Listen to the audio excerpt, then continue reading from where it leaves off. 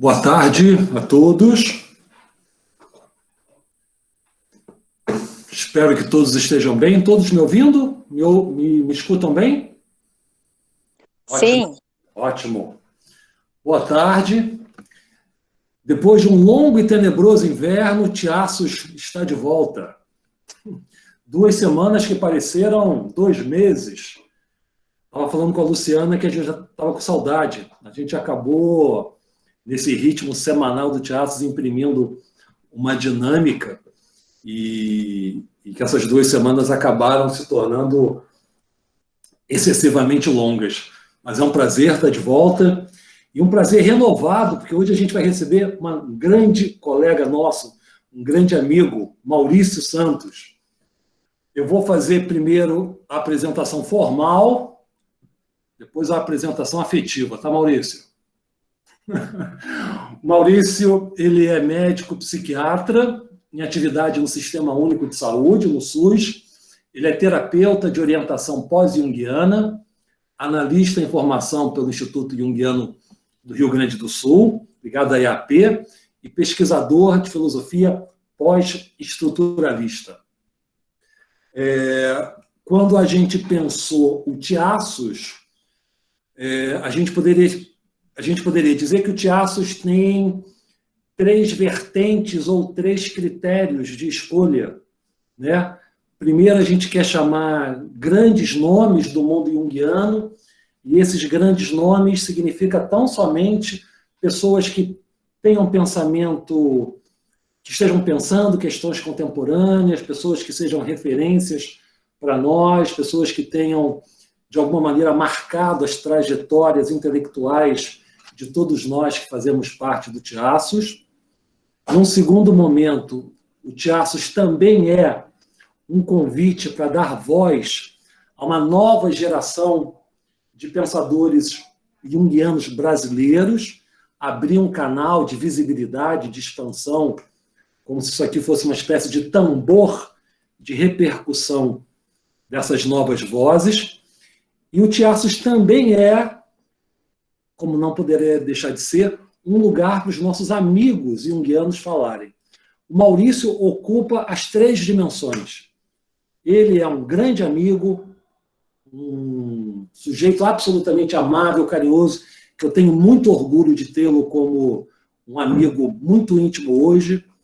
O Maurício é uma jovem voz também do pensamento junguiano, que tem trazido debates, participado de debates, levantado questões, sempre com um pensamento muito sofisticado, muito sensível e muito afinado. E o Maurício também é um dos grandes nomes para mim, independente disso, que está aí a produzir ideias, a produzir pensamentos, a fazer relações. Por isso, meu querido amigo, é um prazer te receber. Sinta-se à vontade. A casa é sua.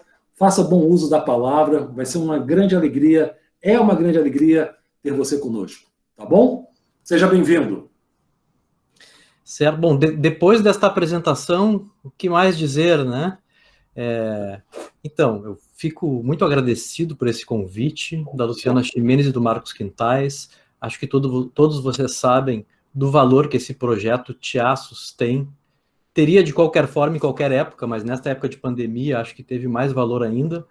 E acho que o pensamento junguiano no Brasil, e não só, ganhou muito nesse ano e meio aí, ou quase um ano e meio de Tiaços, né? Então, não preciso dizer mais, vocês conhecem. Então, fico muito agradecido, e agradecido por vocês que estão aqui também, porque o público, né, o público também constitui, constrói o Tiaços, é sempre um público, né, super qualificado, né, às vezes até qualificado demais, então, por favor, me poupem, depois nas perguntas não sejam qualificados demais, por favor, né, isso é uma brincadeira, claro. Maurício, deixa eu só fazer um adendo. Claro. Não quero ser injusto. Queria agradecer também a Annelise pela trilha sonora específica para te receber aqui. Sim. Tá bom? Nossos melhores agradecimentos, Annelise. Maravilha. Foi uma verdadeira conspiração para fazer a trilha sonora aí, né? Mas está ótimo. Bem, gente, eu vou falar rápido. O título desse texto, né? Logo a gente vai para os slides, né? É Intoxicação Prometeica. Como lidar com a imaginação antropocêntrica do progresso? É uma pergunta, né?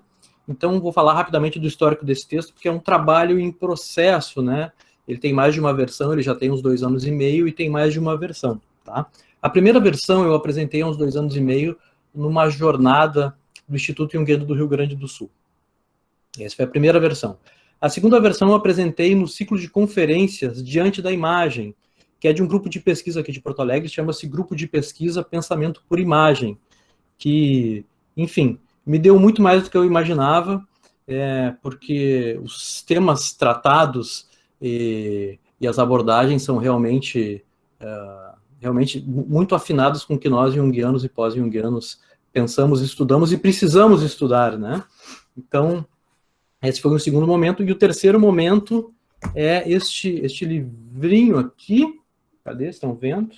Que está sendo lançado neste mês, né? Ele chama-se O Insaciável Espírito da Época, Ensaios de Psicologia Analítica e Política. Então, uma versão desse texto está aqui. Foi organizado pelo Humberto Oliveira, Roque Tadeu Gui e Rubens Bragarnich, conhecidos, enfim, nossos, né? Então, eu trago uma outra versão desse trabalho em processo, né? Esse trabalho, ele é um texto aberto, a ideia é que ele seja um texto aberto, está em construção, e a ideia é abrir uma discussão, né? Não é criar categorias, e nem fechar, e nem chegar a conclusões, assim, né? Muito definidas. É um exercício de pensamento mesmo, né? Então, eu vou começar a compartilhar a tela aqui com vocês. Enquanto eu estiver compartilhando, Marcos, eu não vou enxergar vocês. Qualquer coisa, tem um grito aí, tá? Ok. Vamos ver se isso funciona.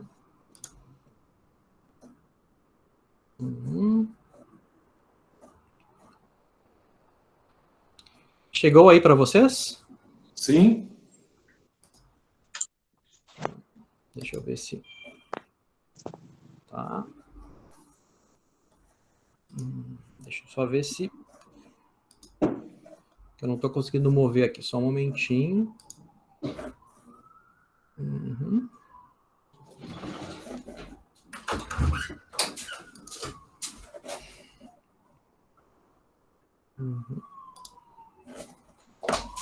Certo?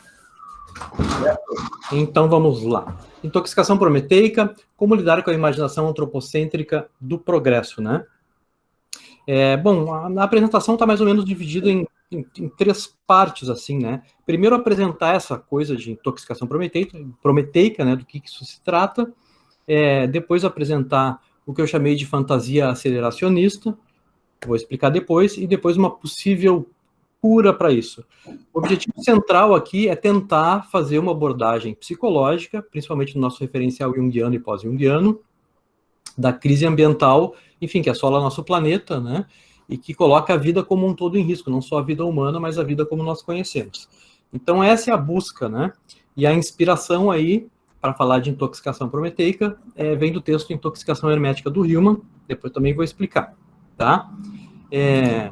Eu uso como um método, né, os chamados intercessores, né? Quando eu falo intercessores, são os autores que estão muito presentes no texto, e eles não são apenas referências bibliográficas, eles fazem o texto entrar em movimento e eu vou sempre dialogar com eles, né? Essa expressão intercessores foi criada pelo Gilles Deleuze, e ele explica o que é isso, vou ler para vocês, tá?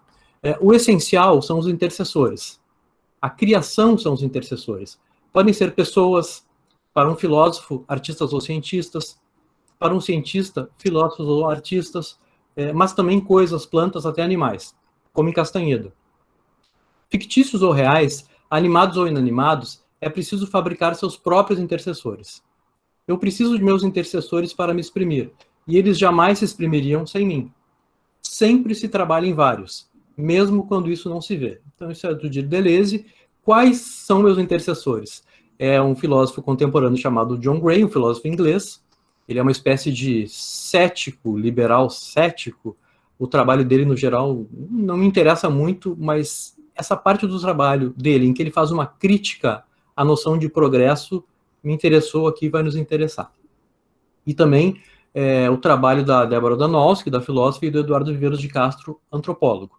Então, tem outras pessoas que vão aparecer, mas esses são os intercessores, porque eles colocam o pensamento psicológico em movimento. Tá?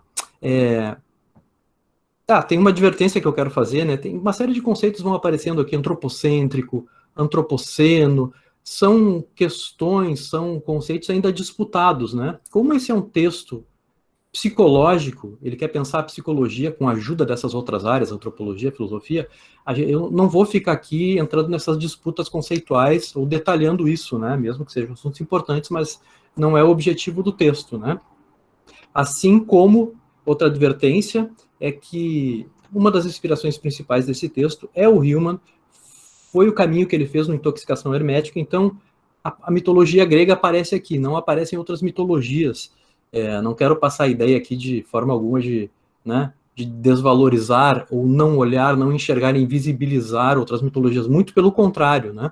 Acho que o caminho daqui para frente cada vez mais é este. Mas esse texto, como ele nasceu assim, ele ficou assim, tá? Então, vamos começar aqui com uma frase que eu acho importante da Elizabeth Stengers para mais ou menos pegar o clima do que eu tento construir aqui. Vamos lá. Isabelle Stengers é uma filósofa belga, tá? Muito importante. Contemporânea também. Algumas pessoas adoram dividir e classificar, enquanto outras fazem pontes, tecem relações que transformam uma divisão em um contraste ativo, com o poder de afetar, de produzir pensamento e sentimento. É isso. Deixa eu ver aqui. Onde estamos? Bom, está aqui a Uniform Edition, volume 6, que é onde está o texto Intoxicação Hermética, né, do Hillman, que nos inspira aqui. Eu vou começar a fazer uma leitura e vou tentar fazer uma leitura simpática, assim, e não monótona. Tá? Vamos ver se eu consigo. Bem, no texto Intoxicação Hermética, James Hillman afirma, a partir de sua construção teórica, arquetípico-fenomenológica, que a cultura global contemporânea vive uma espécie de overdose do deus Hermes, e cita outros momentos históricos ou cenários em que há um tipo de hipertrofia de um ou mais deuses em relação aos outros. Em Intoxicação Hermética, o criador da psicologia arquetípica elenca e desenvolve as várias características do que ele mesmo chama de monoteísmo de Hermes, que caracteriza a virada do último para este século. Conexões cada vez mais rápidas e com maior alcance, a obsolescência dos produtos de consumo, a especulação financeira, as comunicações instantâneas, o mercado financeiro como um jogo, a ansiedade generalizada, o medo de ficar para trás, a onipresença da internet.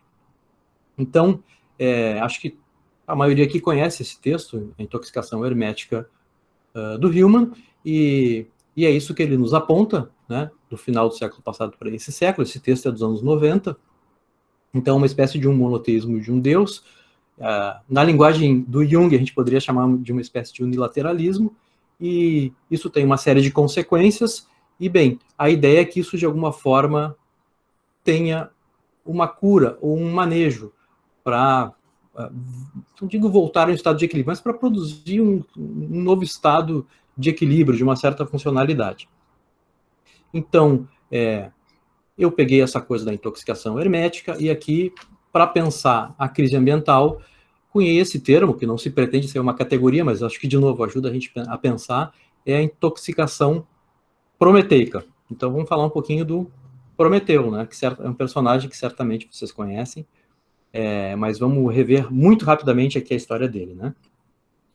O mitólogo Calquerene nos conta que a raça titânica, desde sempre, esteve em conflito com os deuses olímpicos, e que foi Urano quem os nomeou. Titãs seria um trocadilho depreciativo, com presumir demasiado de si mesmo, e castigo. Estes seres, por demais audaciosos, característica que partilhavam com os homens, e também com tendência à temeridade e à desmedida, esses seres seriam por demais audaciosos, característica que partilhavam com os homens, e também com tendência à temeridade e à desmedida. Foi justamente por isso que foram punidos pelos deuses. A criação da raça dos homens teve, nas suas várias versões, a participação direta da chamada linha titânica de Jápeto, a que pertence o personagem Prometeu, de quem nos ocupamos aqui. Também chamado de o Providente, ele teria criado o homem a partir do barro, e seu irmão Epimeteu, o que só aprende com o que acontece, uma criatura desastrada, teria distribuído de forma igualitária os talentos entre homens e animais. Foi Prometeu que roubou por 2 vezes o fogo dos deuses, na primeira vez para dar alguma vantagem ao homem sobre os demais animais e para que possuíssem algo de divino. Prometeu foi duramente punido por isso, e também pelo fato de ter enganado Zeus, fazendo com que o grande deus escolhesse ossos disfarçados de carne num banquete. Prometeu simplesmente enganou Zeus, né? Só isso que ele fez. Novamente, a finalidade do engodo de Prometeu era beneficiar os homens com a carne mais saborosa. Ou seja, ele deixou a carne saborosa para os homens e deixou os ossos disfarçados de carne, né? Ele engordurou lá os ossos e tal para Zeus. Não preciso dizer a reação que Zeus teve, né? Bom, o rigor da punição a que ele foi submetido, todos conhecemos. Aqui está o Prometeu, pegou com a boca na botija, e aqui a punição dele, né? Então, o rigor da punição a que ele foi submetido, todos conhecemos. E num segundo momento, também atingiu a humanidade, com o envio punitivo de Pandora e sua caixa de misérias por Zeus. Então, não vou avançar na questão da Pandora, mas é importante saber que as consequências do que Prometeu fez, não só ele sofreu as consequências, mas a humanidade como um todo. Mais figurinhas do Prometeu aqui, mais imagens, ele foi, né? Tem toda uma imagética aqui, representações pictóricas, enfim, você sabe, né? Fígado comido por essa águia durante o dia, à noite o fígado regenerava, no outro dia a história recomeçava. Ele acorrentadinho na pedra lá, é bem sofrido, né? Tá aqui. Aqui uma escultura. Bem, isso aqui é do século XVII, eu não lembro o artista. Bem, a atuação de Prometeu pode ser compreendida como um auxílio à recém-nascida raça dos homens, que precisava ser melhorada, pois era frágil e ingênua. E, ao mesmo tempo, como mais um capítulo de sua altivez e caráter audacioso e rebelde. O seu amor pela humanidade, contudo, ao ser retroalimentado como força psíquica coletiva e plasmada em diversas culturas ao longo dos séculos, até o seu paroxismo, o seu excesso na contemporaneidade, colaborou para levar os homens, detentores de inteligência, criatividade e tecnologia cada vez mais sofisticada, a uma relação destrutiva com o planeta, a ponto de colocar em risco a sua sustentabilidade e seu funcionamento. O aquecimento global, como já é extensamente provado, é antropogênico, ou antrópico, ou seja, causado pela resposta da Terra à presença e ação humanas. Sua tecnologia e seu assim chamado progresso, que é o tema que nos interessa muito aqui. É o que a filósofa belga Isabelle Stengert, que eu citei no início, vou citar no fim de novo, nomeou intrusão de Gaia, a partir da hipótese do químico James Lovelock, do planeta como um sistema complexo, autorregulável, análogo a um organismo vivo, que batizou com o nome da deusa em questão, Gaia. As alterações ambientais planetárias, acidificação dos mares, queda vertiginosa da biodiversidade, desertificação, queda da cobertura vegetal do planeta, das quais o aquecimento global é a face mais visível, seriam justamente esta reação, esta intrusão. Ironicamente, o fogo roubado dos deuses, com que Prometeu presenteou os seus protegidos, agora aquece a Terra a níveis perigosos e irreversíveis, causando alterações variadas e imprevisíveis. Estamos em pleno antropoceno, que pode ser definido como uma época geológica concebida após o início dos testes nucleares no século passado. A importância deste conceito, para nós aqui principalmente, é a admissão de que a presença humana na Terra causou e causa uma modificação profunda no planeta. A importância deste conceito é ligar, numa relação de causalidade incontornável, o uso dos recursos naturais e a cultura produtiva humana com o funcionamento do planeta como um todo, como um organismo vivo. Aqui, gente, eu faço uma daquelas advertências do início, né? Esse ponto de início do antropoceno também é uma questão disputada, né? Há quem diga que foi no início da Revolução Industrial, outros dizem que foi antes, enfim. Isso não, a gente não vai aqui se deter, porque não vale a pena, e o próprio nome antropoceno também é muito questionado. A Donna Haraway, filósofa, por quem eu tenho me interessado muito, tem um trabalho muito interessante, junto com outro autor, sugeriu o nome capitaloceno, o que tiraria, digamos, da responsabilidade da humanidade como um todo, né, essa questão ambiental, e jogaria mais no nosso sistema econômico. Há o plantationoceno também, há o ctuloceno, enfim, há várias formas de lidar com esse fenômeno, né? O problema do antropoceno, de jogar responsabilidade para toda a humanidade, é quase como se todos tivessem o mesmo grau, enfim, de responsabilidade. Um aborígene, um índio Yanomami, ou, sei lá, um francês de classe média alta, ou, né? Então, assim, a diversidade é enorme e as responsabilidades são diversas. Então, por isso essa discussão, mas, enfim, é só isso que eu falo aqui para a gente não se deter nesses detalhes, né? Mas é importante, acho que, falar. Bem, o salto tecnológico que a razão e a técnica permitiram ao homem também o afastou e o tornou insensível à dinâmica do sistema natural que o circunda e ao seu delicado equilíbrio. Ele então passou a se comportar como um ente isolado dos habitantes não humanos do planeta. E mais grave do que isso, tratá-los como meros instrumentos da sua jornada de amor próprio e deslumbramento com os próprios feitos. Então, aquele deslumbramento do Prometeu com os homens também é o deslumbramento dos homens com as suas capacidades, né? O fogo da sua inteligência e consciência não são compreendidos como mais uma complexa e bela expressão da natureza, de que ele, o homem, é apenas veículo, mas como se fosse uma conquista exclusiva e privada, que pode ser usufruída fora de uma relação ética com a rede de vida do planeta. Dito isto, vamos aqui para o nosso amigo John Gray. Essa é a capa do livro dele, esse que eu disse para vocês que me interessou. Há uma tradução em português, recomendo a leitura. Não é um livro muito alegre, mas é um livro muito bom. Em português chama-se Cachorros de Palha. Bom, segundo John Gray, filósofo e professor da London School of Economics, os humanistas se iludem ao pensar que têm uma visão racional do mundo, e sua crença essencial no progresso é uma superstição mais distante da verdade sobre o animal humano do que qualquer religião.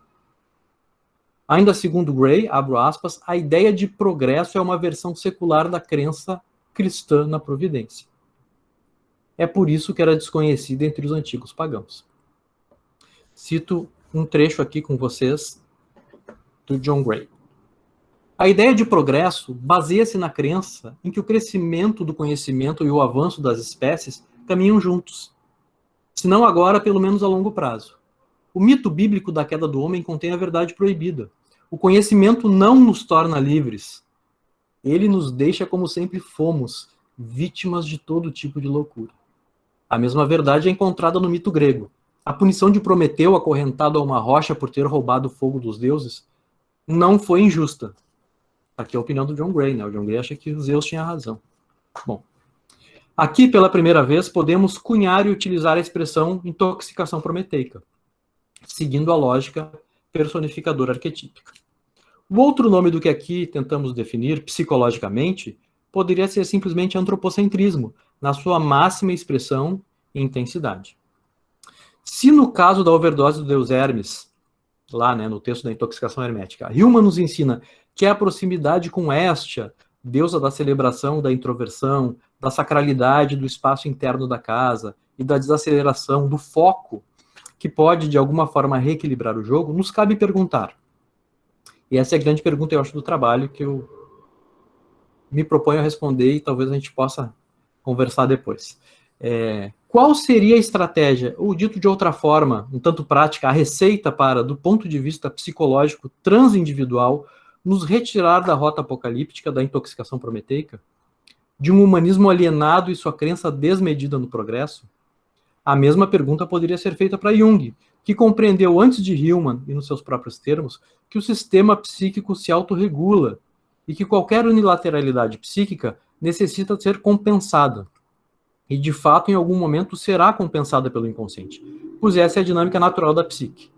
No caso da teoria seminal do Jung, a compensação é regida pelo self, como centro organizador e regulador, como a gente sabe. No caso de Hillman é um pouco diferente, a pluralidade sobrepuja qualquer ideia de centralidade. Então esse texto, né, estou sempre costurando, né, e estou costurando com Hillman aqui, há algumas, enfim, dissonâncias, como vocês sabem, mas eu acho que é, bom, mais ressonâncias do que dissonâncias, mas, enfim, coloquei isso aqui porque, né, para não parecer que estou sendo descuidado com as diferenças, o que eu não gosto, porque a diferença sempre é o que há de mais importante, né? Bom, antes de respondermos à pergunta sobre uma possível cura para a intoxicação prometeica, propomos um exercício de pensar, hipoteticamente, em sentido contrário ao de Jung e Hillman. Vamos supor que não é a busca pelas forças opostas e ao mesmo tempo complementares que poderia fornecer alguma solução ou cura da intoxicação prometeica. E se considerássemos que essa cura, em vez de compensação, passa justamente por potencializar ao máximo a maestria prometeica, esta fé fervorosa nas capacidades do homem e da sua tecnologia, estaríamos justificados pela competência também ilimitada de resolver todos os problemas a partir da sua potência técnica incalculável, pela avaliação de que a natureza, ou que a terra, ou que Gaia e seus habitantes, animais, vegetais, florestas, rios, são apenas figurantes nessas tensões e não precisam ser ouvidos, mas pelo contrário podem ser manipulados e alterados ao gosto de uma tecnociência humana definitiva que solucionará todas as questões, que corrigirá todos os erros cometidos, que fará a própria natureza superar-se a partir da sua influência técnica? Pois esta é, em linhas gerais, a proposta do chamado aceleracionismo. Uma proposta filosófica e movimento de traços políticos que surgiu na Inglaterra no final do século XX, e tem como criador o filósofo Nick Land, que é uma das principais figuras. Tem várias outras, né? Mas eu trouxe esse nome porque eu acho que é a maior referência, né? Para o aceleracionismo, as lutas ambientalistas são apenas retrógradas, ineficientes, e o capitalismo só será de alguma forma vencido quando seus fluxos forem acelerados à máxima potência numa busca por um progresso contínuo, por uma modernização da modernização. A ideia central dos aceleracionistas é que esse mundo, da forma que é, de certa forma já acabou, então deve acabar de acabar.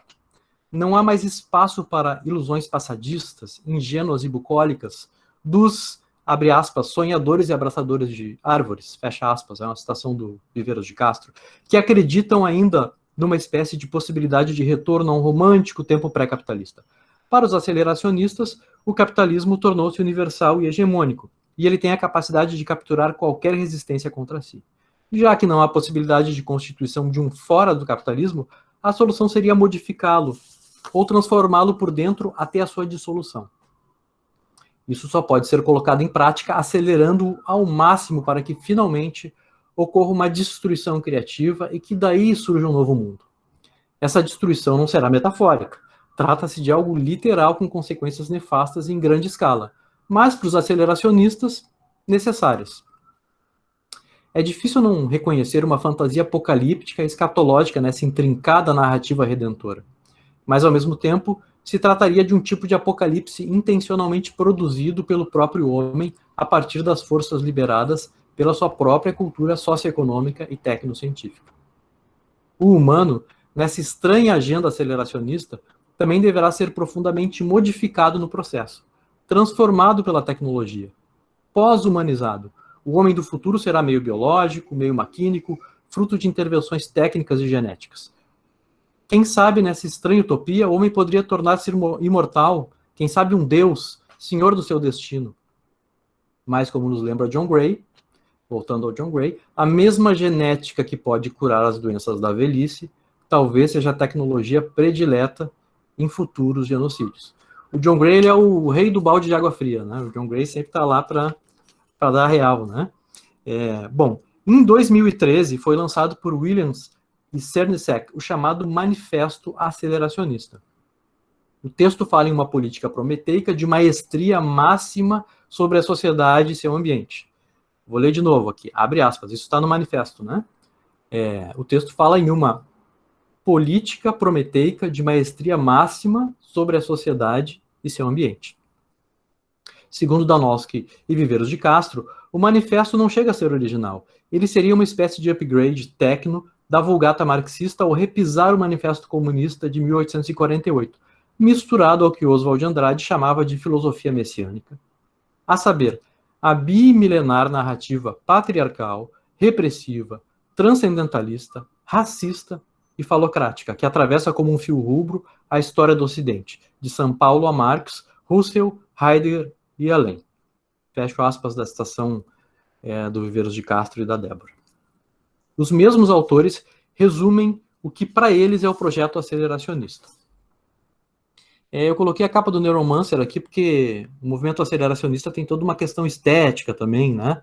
E e até um jeito de viver dos seus membros lá, toda uma história que é muito interessante para quem tiver curiosidade, pode buscar. Tem artigos muito interessantes.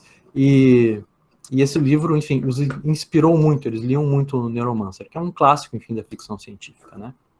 Bom, vamos lá, então, a crítica do Viveiros de Castro e da Débora. Eu aqui uso o aceleracionismo, vocês estão notando, como praticamente um caso clínico, né? Quase um caso clínico máximo do que seria a intoxicação prometeica. Essas ideias aqui representam muito isso, né? Então, a apresentação já é crítica, tá? Aqui a ideia não é fazer um debate sobre, né, pontos positivos, negativos. A ideia aqui de novo, é psicológica, né?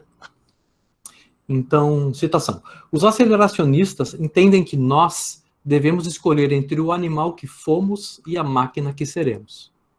Em sua angelologia materialista, eles propõem, em suma, um mundo sem nós, mas feito por nós.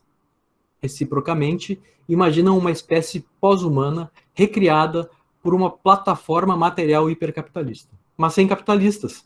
Sonham com uma humanidade extracorpórea, um mundo extraterrestre, uma natureza desnaturalizada pelo desomem, um materialismo, enfim, espiritualizado. Essas citações do Viveiros de Castro e da Débora são muito agudas e sempre tem uma pitada de ironia, né?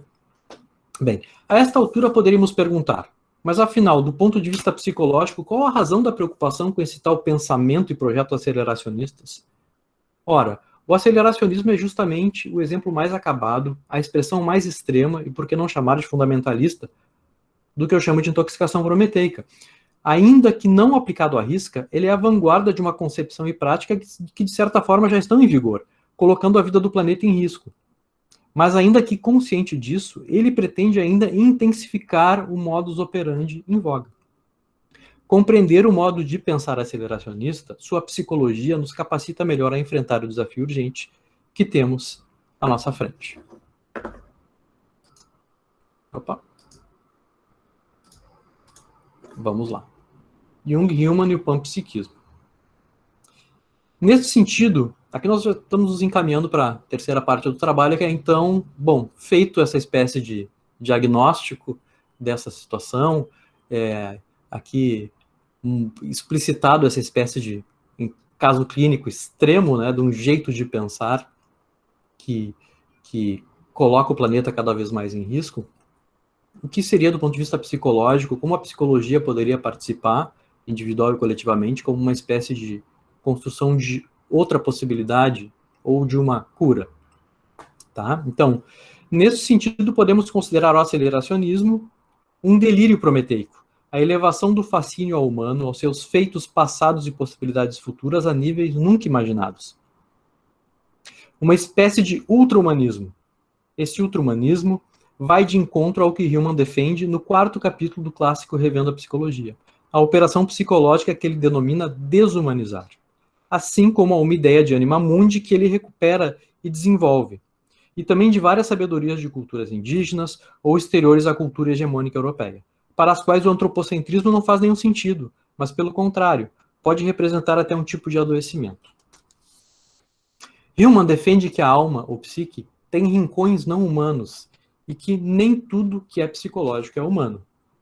Hillman, ou seja, não é humano, ou seja, a alma se estende para além do humano. Ele vai mais longe, afirmando que boa parte da luta do homem com a imaginação e suas produções intelectuais, culturais, religiosas e seus sofrimentos talvez possam ser compreendidos como movimentos imprevisíveis e torcidos da psique, libertando-se do aprisionamento humano. Citação de Hillman. Nossas distinções entre psique e humano têm várias importantes consequências. Se concebemos que cada ser humano é definido individual e diferentemente pela alma, e admitimos que a alma existe independentemente dos seres humanos, então nossa individualidade humana, essencialmente divergente, não é, na verdade, humana de jeito nenhum, mas sim o presente de um daimon inumano que exige serviço humano. Assim como a psique não é humana, Hillman explica que também o amor não é humano. O problema central da intoxicação prometeica, pensamos, é justamente de enclausurar o amor numa modalidade humana e pelo humano, causando uma inflação psíquica autorreferenciada no antropos. alienando-se do fato de que, do ponto de vista mítico e arquetípico, há várias modalidades ou personificações do amor na qual os humanos tomam parte. Esse amor é sempre divino e tem funções que nem sempre são o enaltecimento da vida humana, em si mesma e como se ela fosse a parte mais relevante do cosmos. Hillman explica que há diferentes expressões e estilos desse amor em Afrodite e Eros, os exemplos mais claros, mas também nos enredos que envolvem Ares, Hefesto, Poseidon, Apolo, Dionísio, Ulisses, Penélope e assim por diante. O amor enquanto potência é múltiplo e aponta para fora do homem. Cito Hillman.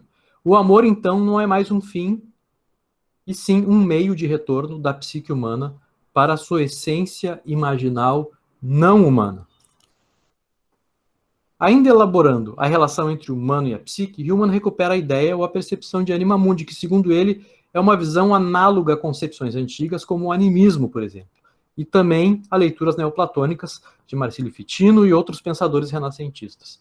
A noção de realidade psíquica, então, não parte de uma clivagem entre os sujeitos particulares animados e objetos inanimados, mortos, mas cada acontecimento, objeto, expressa a alma do mundo, tem a sua própria profundidade, é um sujeito psíquico. A anima mundi requer uma sensibilidade estética, ou resposta estética ao mundo, como um novo faro, o que Hillman chama de pensamento do coração. E que nada tem a ver com o repositório de sentimentos ou sentimentalismos, pois ele requer uma nova percepção da psique humana como psique do mundo. Essa visão é, sem dúvida, uma visão muito ampliada da realidade psíquica e definitivamente desconstitui a fantasia antropocêntrica que, entre outras características flutuantes, dependendo de sua expressão em diferentes épocas, só consegue ver alma no humano, quando não apenas em determinada etnia ou religião. Olha o colonialismo aí. A falta de alma do mundo nunca foi um problema do mundo, dos animais, vegetais, minerais, mas sim de uma sensibilidade intoxicada por uma unilateralidade empobrecedora de si mesma, doente de si. Uma alma empobrecida de mundo, clamando por cura. Aqui retomamos o trabalho de Jung e um dos princípios teóricos e clínicos mais importantes de sua psicologia, a compensação. A ideia de compensação foi inspirada no trabalho de Alfred Adler, primeiro discípulo de Freud a se afastar da psicanálise, e criador da chamada psicologia individual, que comporta uma série de conceitos originais e importantes. Especialmente a proposta de compreender a libido não como uma energia de origem psicossexual, mas sim ligada a um desejo de poder ou ao que ele chamou de protesto masculino. Adler preocupava-se muito com um frequente sentimento de inferioridade na infância, marcada por uma fragilidade patente frente ao mundo hiperdimensionado, composto por pessoas grandes, de que a criança dependia e frente às quais não tinha autonomia ou capacidade de se reger. Esta situação para Adler, etiologicamente, se explicava pela deficiência orgânica do início da vida, uma situação em que era necessário produzir uma ficção psicológica de superioridade compensatória, capaz de equilibrar o sentimento de inferioridade.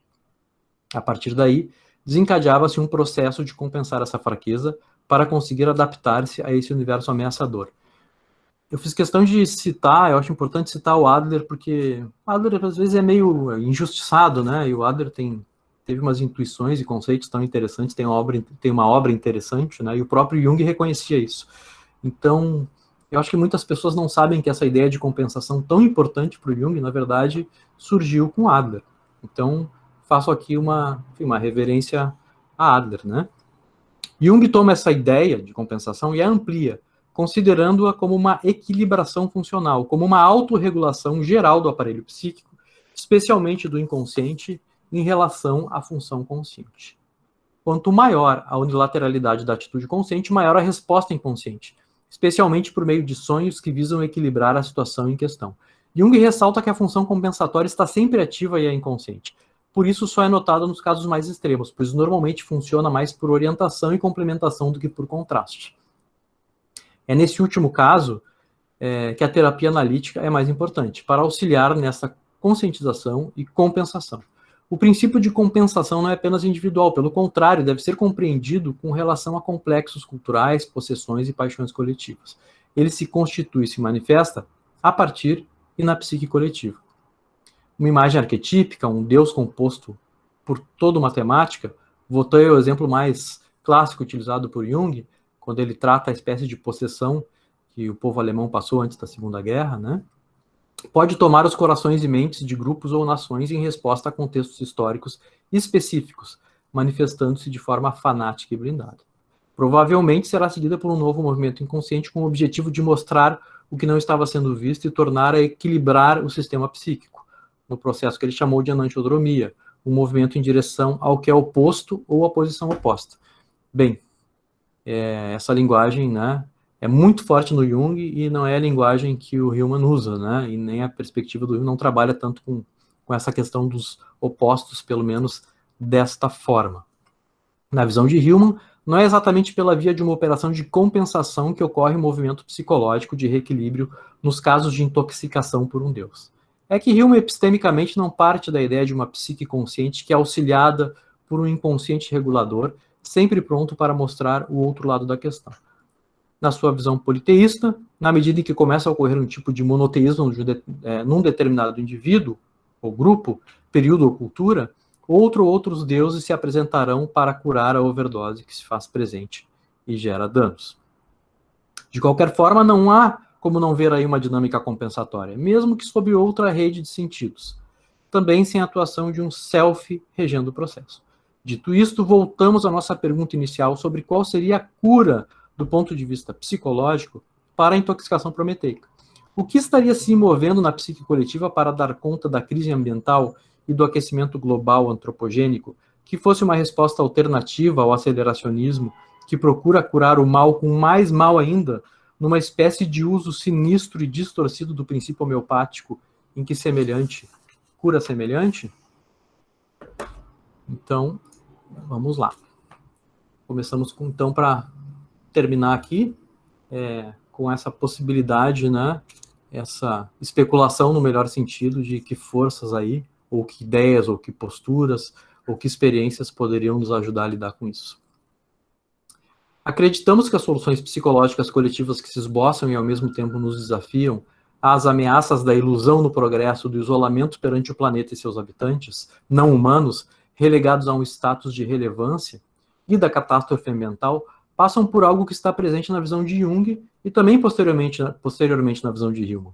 Trata-se de uma repactuação com as expressões da vida ou com a grande cadeia do ser, na bela e antiga expressão retomada por Arthur Lovejoy. O inconsciente que fascinou Jung era e é habitado pelas mais diversas forças e formas, e de jeito nenhum privilegia o homem como ente central ou mais importante. O conceito limite de psicóide remete à concepção de psique a toda a natureza, e não assedia especialmente no humano.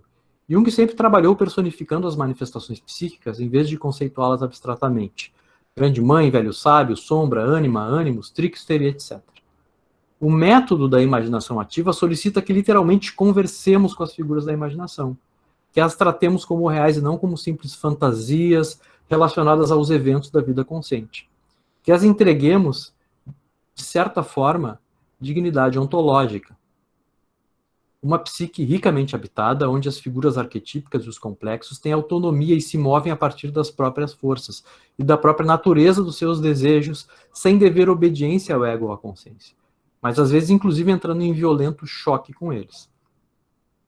Na esteira dessas intuições, desse trabalho, construções e métodos de Jung, Hillman retorna a uma antiga expressão e ao mesmo tempo avança na descrição de uma anima mundi que se aproxima do animismo e do antropomorfismo, que eu citei agora há pouco, mas que passou a ser parte importante de sua psicologia arquetípica. É a operação psicológica denominada personificar, que nos mostra na prática o que ele sugere. Trata-se de um modo de ser e de experimentar o mundo espontaneamente, como um campo psicológico que inclui pessoas, coisas, eventos que nos tocam e nos movem. Personificar é lidar com as expressões das configurações da existência como pessoas psíquicas. Em Revendo a Psicologia, Hillman cita essas belas passagens de Miguel de Unamuno. Leio para vocês aqui. Para amar e compadecer-se de todas as coisas, humanas e extra-humanas, vivas e não vivas, você deve sentir tudo dentro de você mesmo. Você deve personalizar tudo. Pois tudo aquilo que ama, tudo aquilo de que se compadece, o amor personaliza. Nós apenas amamos aquilo que é semelhante a nós mesmos, É o próprio amor que revela essas semelhanças. O amor personaliza tudo que ama. Apenas personalizando é que podemos nos apaixonar por uma ideia. E aqui, depois do Miguel de Unamuno, cito Hillman. Nosso sentimento do mundo, sobre o qual está baseada a nossa compreensão dele, é necessariamente antropomórfico e mitopoético. Aqui começa a se esboçar o caminho possível, apontado por ambos os autores, a intoxicação prometeica, o antropocentrismo, a crise ambiental e o aquecimento global antropogênico, produzido por uma ideia narcísica de progresso que tem causado febre no planeta. Segundo Danowski e Viveiros de Castro, é justamente o antropomorfismo, presente em muitas das culturas ditas animistas, que pode fazer frente ao antropocentrismo. Isso significa, na nossa opinião, uma espécie de reanimação do mundo. Não no sentido de um impossível retorno ao passado ou a modos de vida pretéritos, mas a produção de novas formas de se relacionar conosco mesmos e com a rede viva que compõe, desde as partículas subatômicas dos corpos até Gaia e sua dança no cosmos. Partindo do ambiente contemporâneo criado pela cultura humana com toda a sua complexidade e sua desmedida. Aprender com os valores do passado não é reeditá-lo, e além do mais, quem disse que a história deve ser concebida como um processo linear e evolutivo e que a relação com ele deva ser sempre de deixar para trás, livrar-se, superar massivamente? Não seria essa uma outra face do prometeísmo obcecado pelos poderes do homem que olha apenas para frente e pelo progresso futuro? Esta busca que podemos considerar do ponto de vista psicológico coletivo ou transindividual, de compensação ou equilíbrio mutual das presenças dos deuses, rechaçando a unilateralidade e tendência a algum monoteísmo de qualquer deus, pode ser traduzida, no caso deste trabalho, no contraste entre antropocentrismo e antropomorfismo. Com relação a esses termos, novamente, Viveiros de Castro vem em nosso auxílio. No seu arrojado trabalho sobre as metafísicas ameríndias, ele demonstra o quanto o pensamento indígena, nas suas variantes, parte de uma outra ontologia na qual os humanos e os seres da floresta têm outra natureza e outras relações se comparados à nossa própria tradição metafísica ocidental. Se na nossa metafísica tradicional temos um corpo análogo aos demais animais e nos diferenciamos pelo fato de termos uma alma ou uma mente singular enquanto espécie, nas culturas ameríndias ocorre o contrário. As almas são as mesmas, todas são humanas para si. Os corpos é que diferem. E isto garante ao outro, às outras espécies, aos outros seres da natureza, até mesmo rios, terra, vegetais, a mesma dignidade ontológica, o mesmo valor vital que é reservado aos humanos. Este é o caso do antropomorfismo, ou animismo, que não são sinônimos, é claro, mas aqui funcionam de forma análoga. O perspectivismo ameríndio ensina que para os animais nós não somos humanos, que eles nos veem como bichos de caça, ou como feras predadoras, ou tribos inimigas poderosas, ou espíritos canibais, conforme a posição ocupada na cadeia alimentar. Isso gera uma interessante cosmopolítica antropomórfica, muito distante da política transespecífica antropocêntrica, em que a humanidade tem uma relevância transcendental e transcendente para além dos outros seres da natureza. Uma longa citação aqui, tenho que ler isso para vocês, desculpe o tamanho, mas eu acho que vale a pena. Isso aqui é Viveiros de Castro e Débora de novo, tá? Os meus intercessores.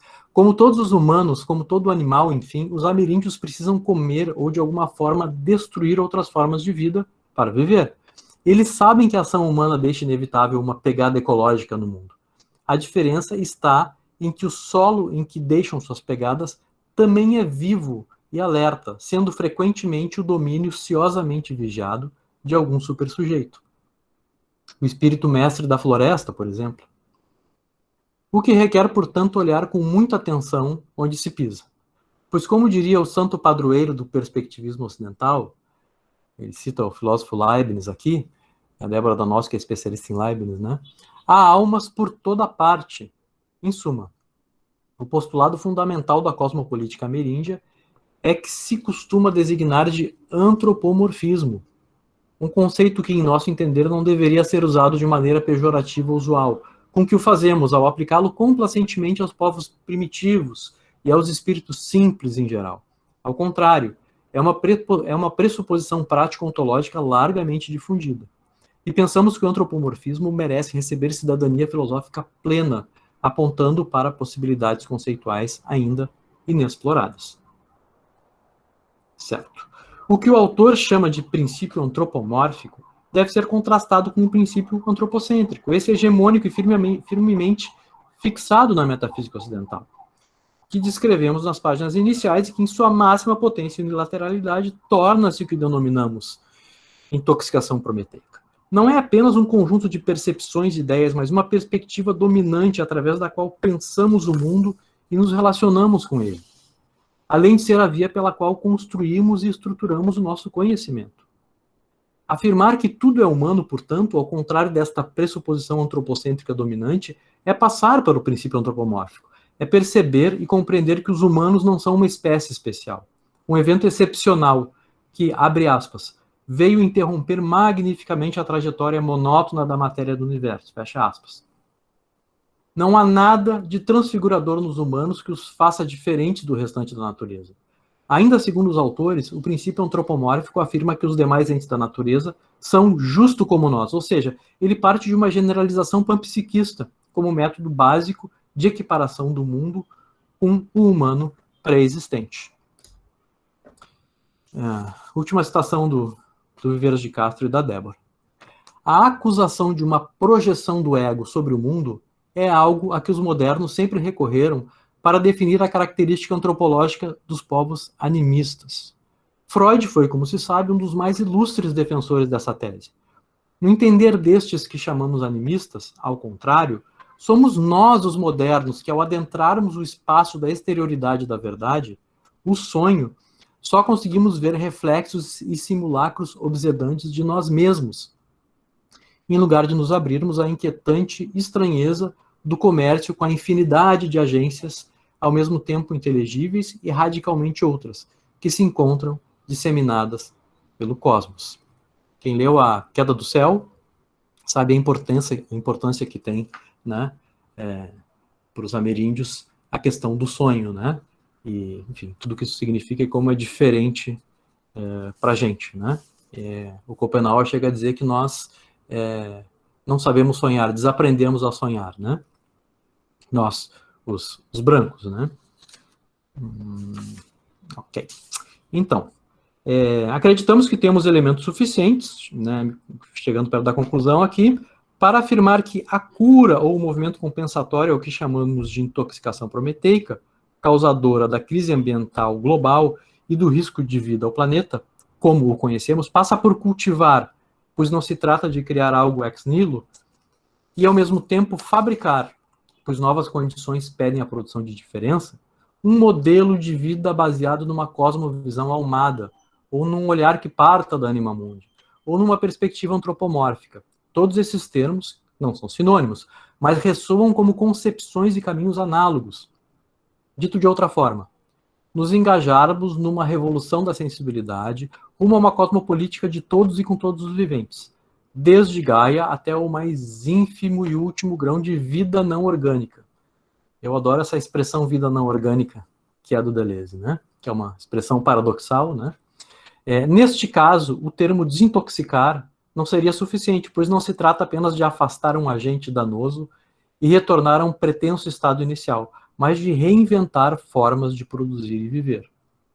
O que nos remete à psique e à política paralelamente, nos leva à economia e à estética, a já citada sensibilidade, talvez o passo inicial, mas também à sofisticação do pensamento, um pensamento menos centrado em si e muito mais poroso à vida, que preenche e que é matéria.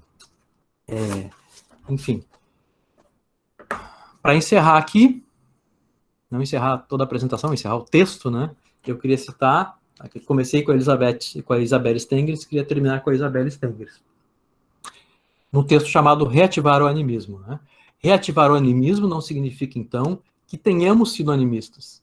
Ninguém jamais foi animista, porque nunca se é animista no geral, apenas em termos de agenciamentos que geram transformações metamórficas em nossa capacidade de afetar e sermos afetados. E também de sentir, pensar e imaginar. O animismo, no entanto, pode ser um nome a serviço da recuperação desses agenciamentos, uma vez que nos leva a sentir que a reivindicação de sua eficácia não nos cabe. Contra a insistente paixão envenenada por desmembrar e desmistificar, o animismo afirma o que todos os agenciamentos exigem para não nos escravizar, que não estamos sozinhos no mundo. Então essa é Isabelle Stengers, e tem uma palavra que eu não falei nenhuma vez agora no final da apresentação, que é a individuação. Se a gente intensificar a ideia de individuação, conseguir compô-la com todos esses pensamentos, ela se torna uma resposta possível a essa intoxicação prometeica. E compor é no sentido de compor com outras possibilidades, outras perspectivas, inclusive outras ontologias, né? E olhando a individuação não só como um exercício, um trabalho individual, mas também sempre com e no coletivo. Então, eu queria deixar essa ideia de individuação aqui. Vamos ver se eu consigo... aqui... Opa, não era para chegar aqui ainda. Antes de terminar, compartilhar com vocês aqui o trecho do filme final do Lars von Trier. Vamos ver se eu consigo aqui fazer isto. Espera aí que eu tenho aqui... Para a apresentação. E compartilhar outra guia com vocês. Então eu convido vocês para assistirem comigo esses 3 minutinhos, para depois a gente poder ir para o nosso debate. É isso. Só queria compartilhar essa última tela com vocês. E agradeço a atenção e acho que agora a gente pode conversar, se alguém quiser conversar. Maurício, fala um pouquinho da última tela. Amor Adite. Isso, essa é uma daquelas gravuras medievais que não se sabe exatamente quem fez, que comportam uma espécie de paradoxo, né? Como o famoso Festina Lente, né? Com o nosso amigo Marcos, inclusive, tem uma tatuagem, se eu não estou enganado. Não sei se pode revelar isso, né? Mas é uma tartaruga com asas, né? E então é isso, essa possibilidade da conexão ou do amor, adicionar algo, de certa forma, paradoxal ou impossível, né? Como uma tartaruga com asas, uma tartaruga que voa, né? Pensar numa tartaruga voando é algo, assim, contraditório em termos, né? É um bicho muito terrestre, né? Não só terrestre. Então é isso. Onde o amor, de certa forma, essa capacidade de conexão, pode nos levar ou pode produzir.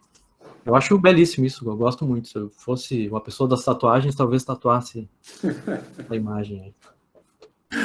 Obrigado, meu amigo. Obrigado. Bom, vamos lá. Seguindo o ritual, abrindo para as perguntas. Quem quiser fazer pergunta, coloca o nome no chat. E aí eu chamo e faço a pergunta diretamente para o Maurício. Maurício, eu vou começar... Bom, tem várias questões. Vou começar com uma e ao longo do debate talvez eu traga outras.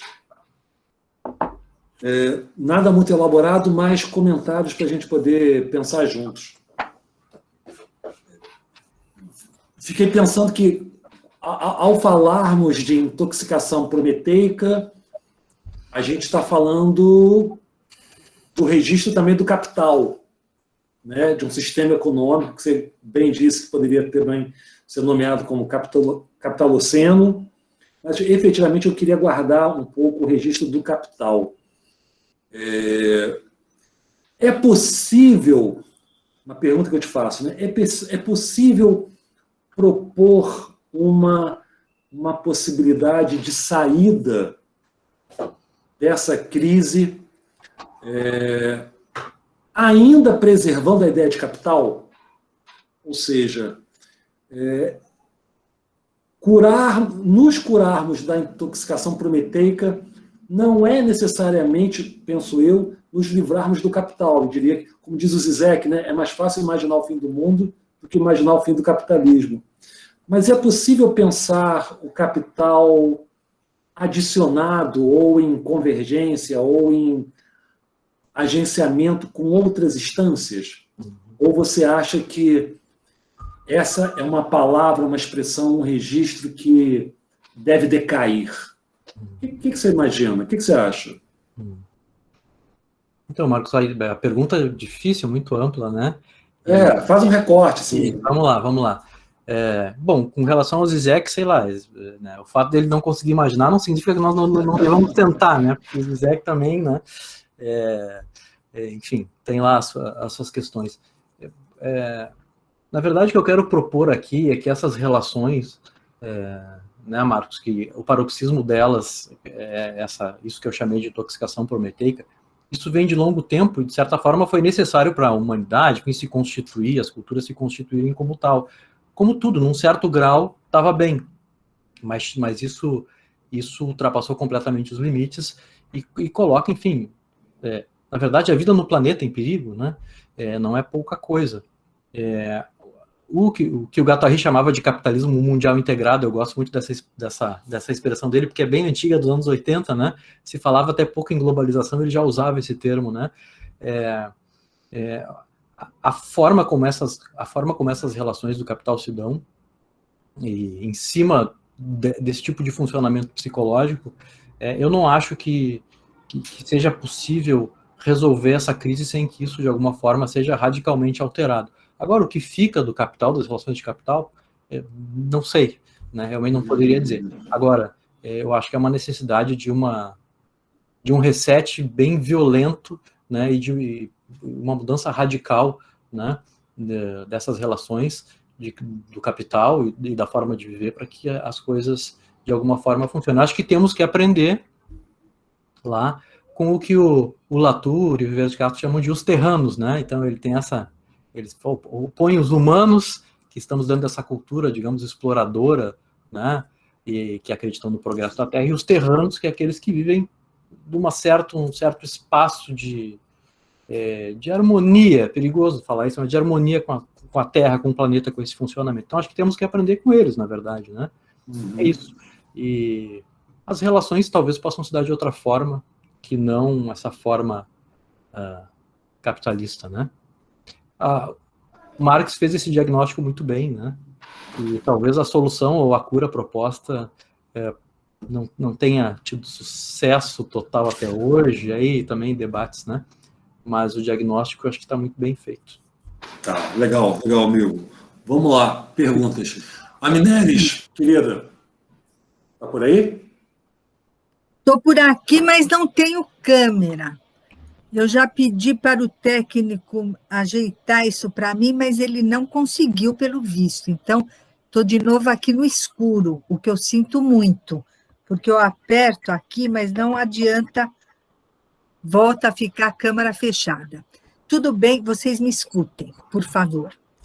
Primeiro, eu gostaria de parabenizar o Marcos Quintais e a Luciana Ximenes por nos brindar com uma palestra onde tem pensamento. Porque nós assistimos uma série de palestras no Tiaços que não se compara nem a palestra do Barreto, Marcos Barreto, como é que ele chama? Marcos Heleno Barreto, que eu posso não concordar com ele, mas foi brilhante, ele é brilhante, e o Maurício também é muito brilhante e nos fez pensar. Minha cabeça está latejando até, não só pensando. Então, eu acho que são palestras que mostram o que é o pensamento e o que não é o pensamento.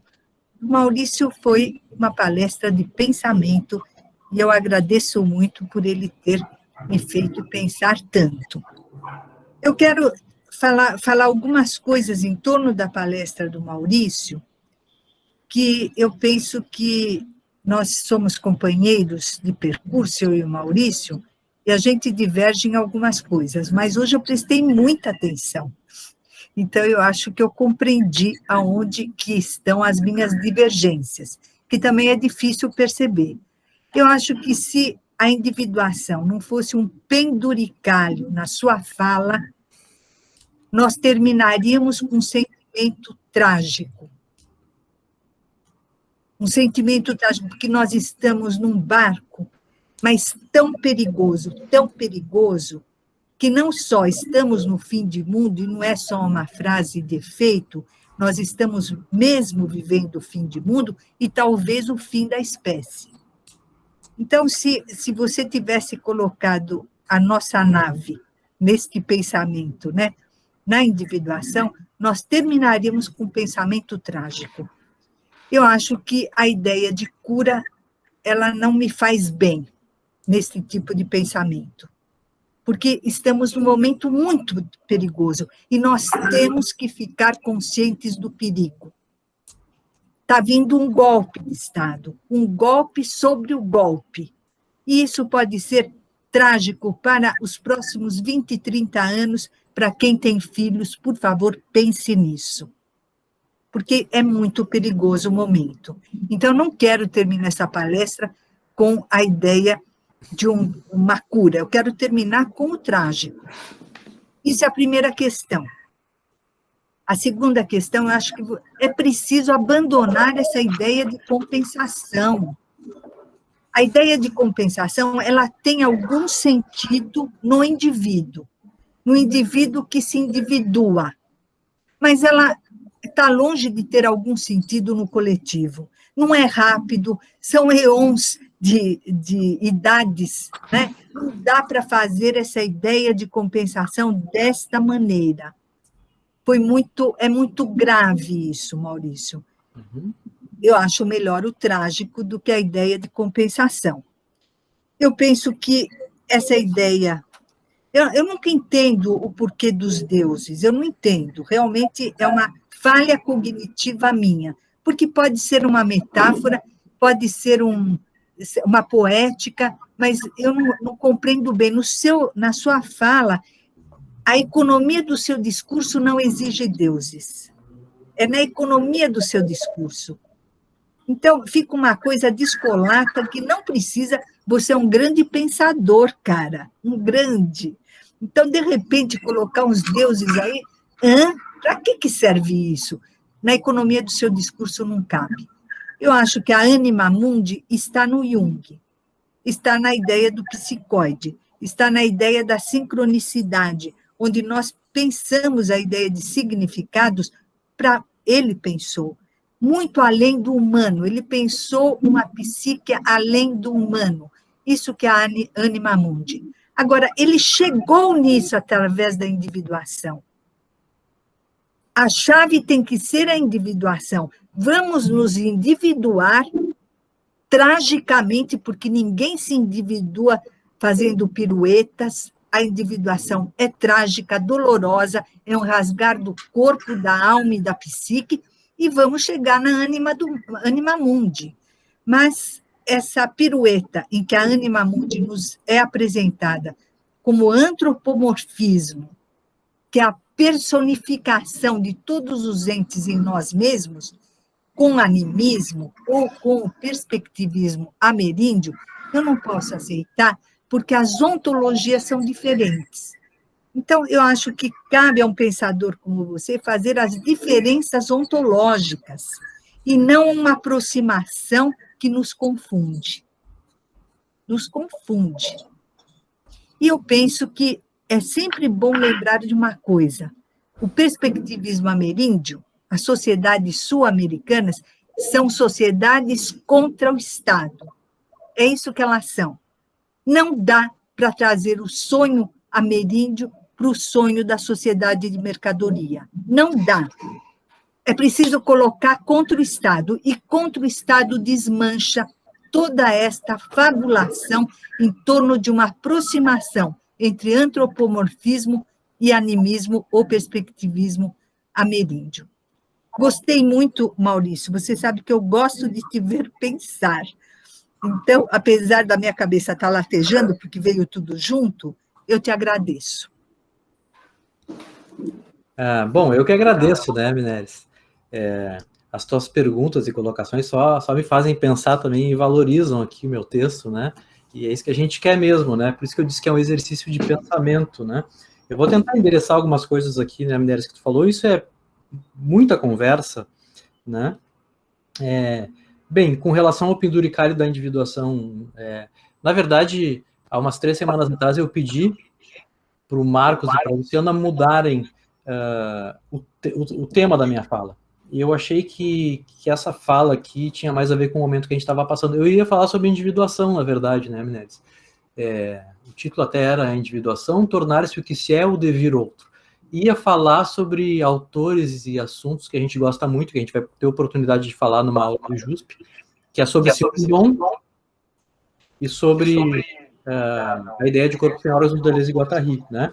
Mas eu acho que essa fala de hoje, para mim, pelo menos, né, e esses temas, eles são temas que embasam ou pressupõem, ou pelo menos nos dão elementos, nos dão uma base boa para pensar a individuação. Então é por isso, né, Meirelles, essa escolha, né? Eu acho que toda essa temática, porque essa individuação não pode ser um conceito abstrato e os referenciais dela realmente não podem ser só estar dentro da nossa cultura, né? E dentro do nosso funcionamento usual.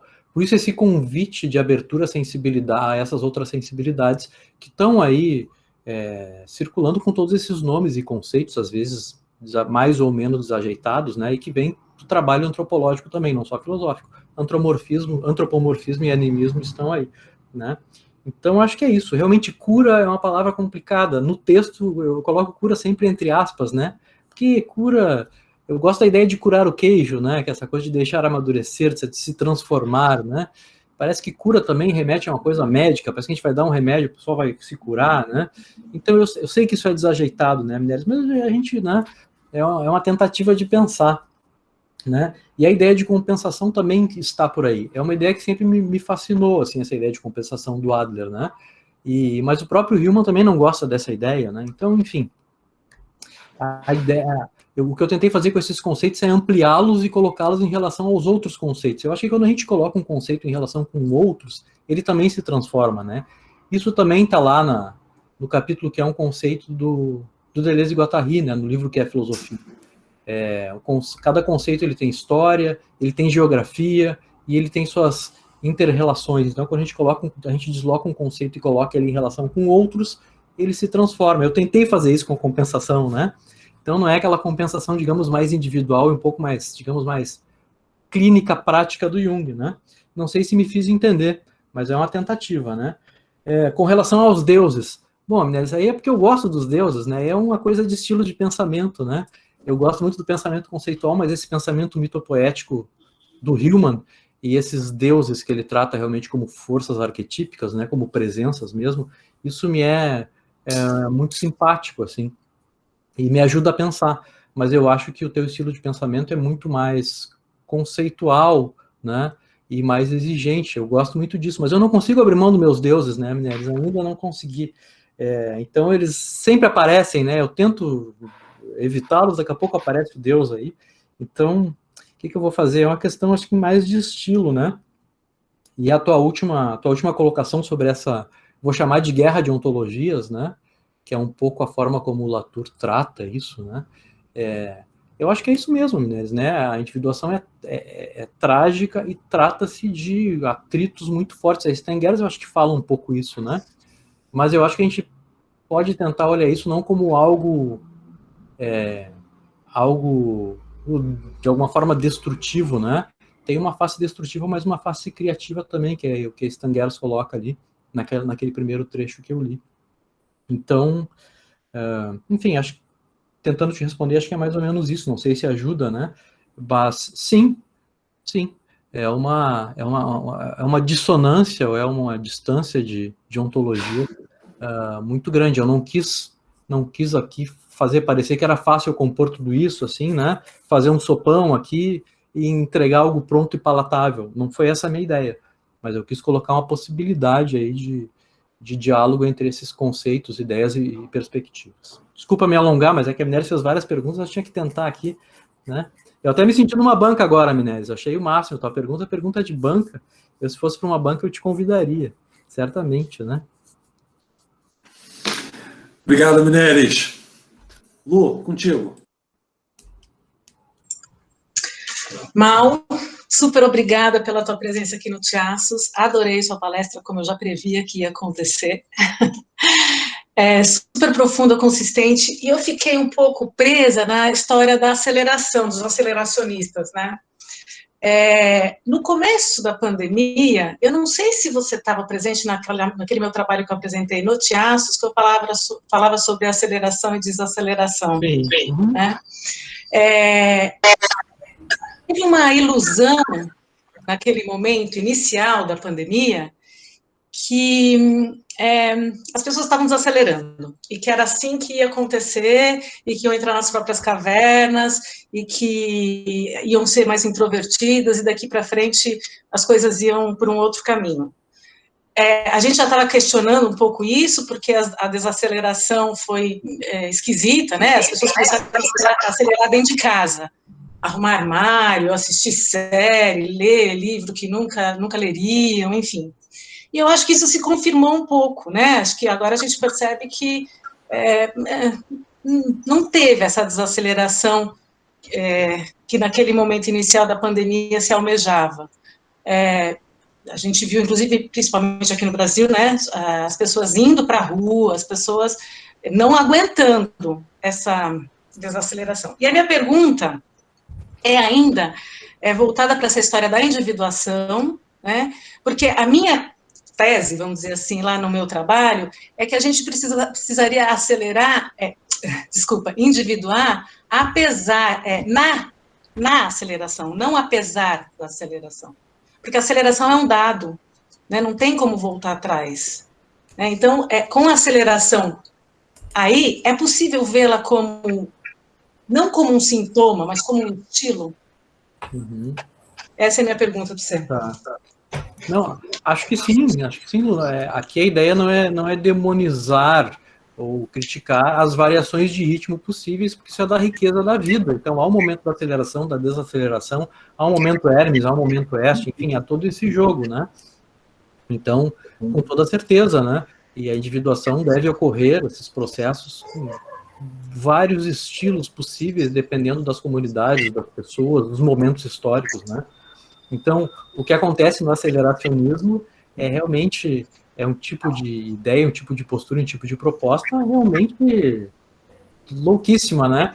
Eu queria poder ter tempo... Polariza, né, imagino eu. Oi? Eu conheço um pouco, mas imagino que polariza tudo, né? Fica né?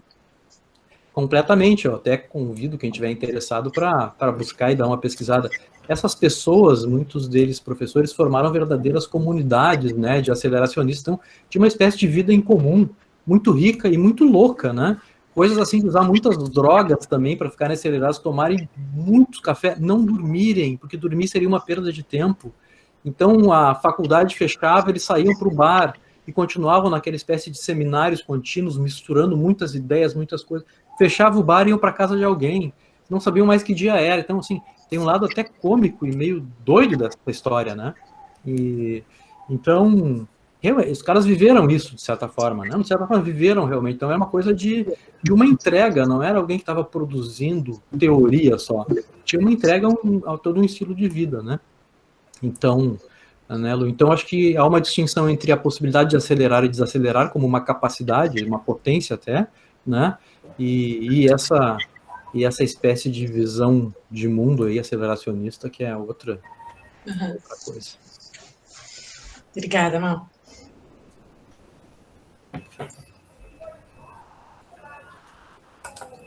Oi, Wagner, contigo, por favor. Opa, tá audível agora, pessoal? Beleza? Sim. Beleza.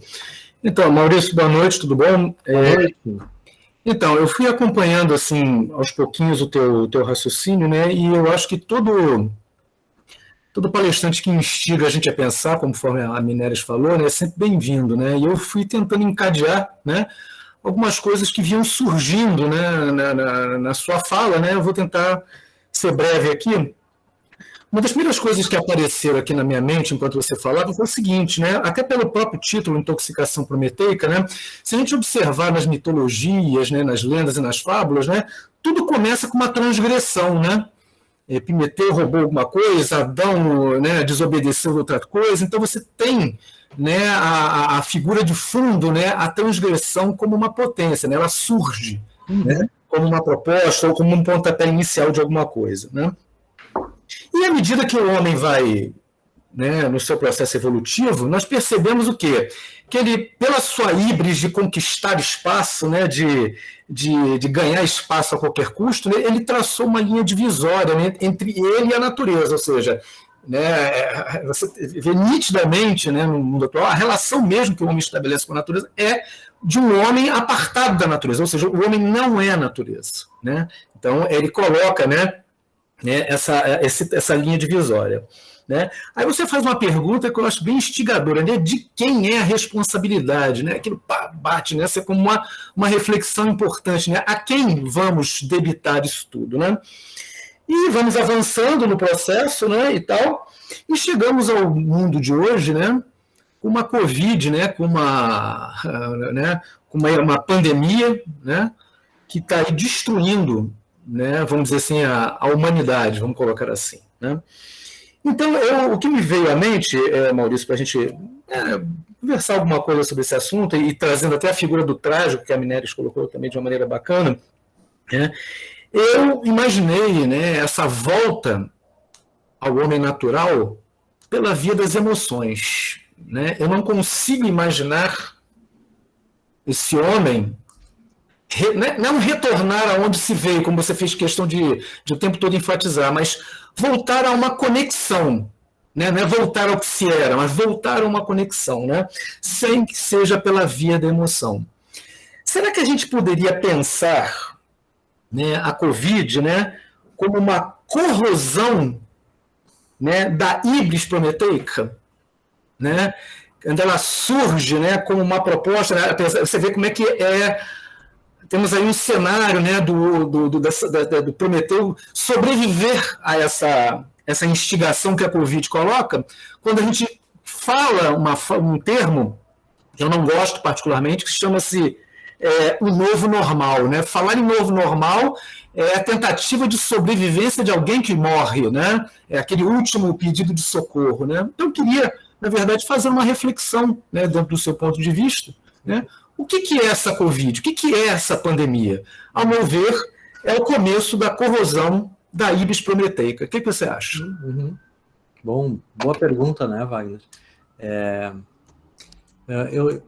Tem algo que eu evito quando a gente começa a pensar na Covid, né? Que é essa ideia, assim, que aparece muito rapidamente de punição, né? Estamos sendo punidos e tal, né? Uma coisa meio moral. Agora, não há como não pensar que esta doença, ela é fruto não exatamente de um vírus, ela é fruto de uma forma de se relacionar com o alimento, com a produção de alimento, né, com as relações econômicas, né, e não se sabe exatamente como isso surgiu, muita gente está pesquisando isso, mas provavelmente se trata de um vírus que se alojou em algum animal que fazia parte daqueles mercados lá da China, enfim, de venda de animais para consumo, né, como aliás não é a primeira vez.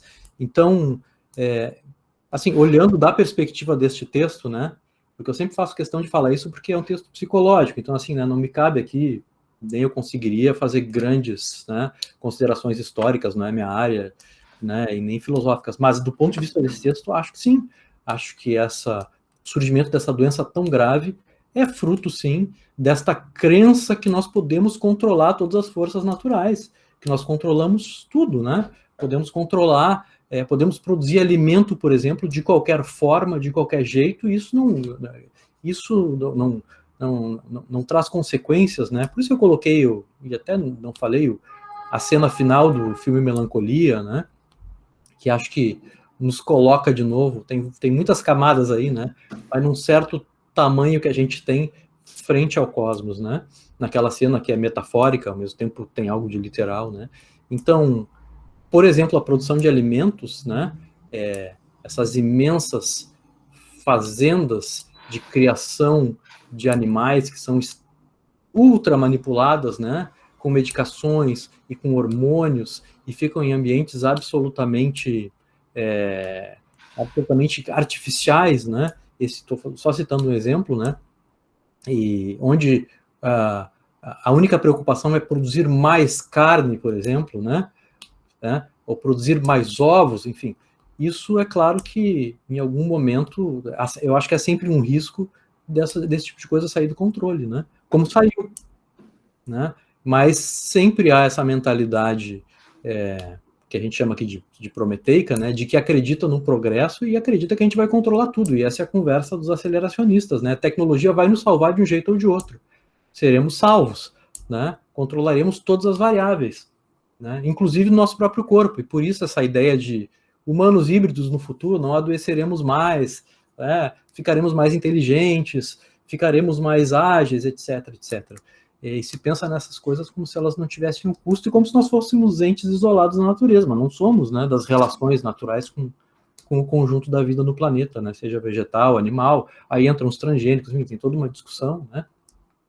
E é interessante como as pessoas que criticam isso, ou que se propõem a pensar, com muita rapidez e frequência, são acusados disso, que o Viveiros de Castro falou, abraçadores de árvores, são, né, os ingênuos, neo-hippies, né, e parece que não é o caso, e a Covid talvez venha nos mostrar isso, né, tentando sair do registro da punição, mas ao mesmo tempo podendo compreender que essa coisa não está aí à toa, é fruto de algo, não é um vírus que vem do nada, isso, né, de certa forma é produzido não por cada um de nós, mas é produzido por um jeito de pensar e de executar, né.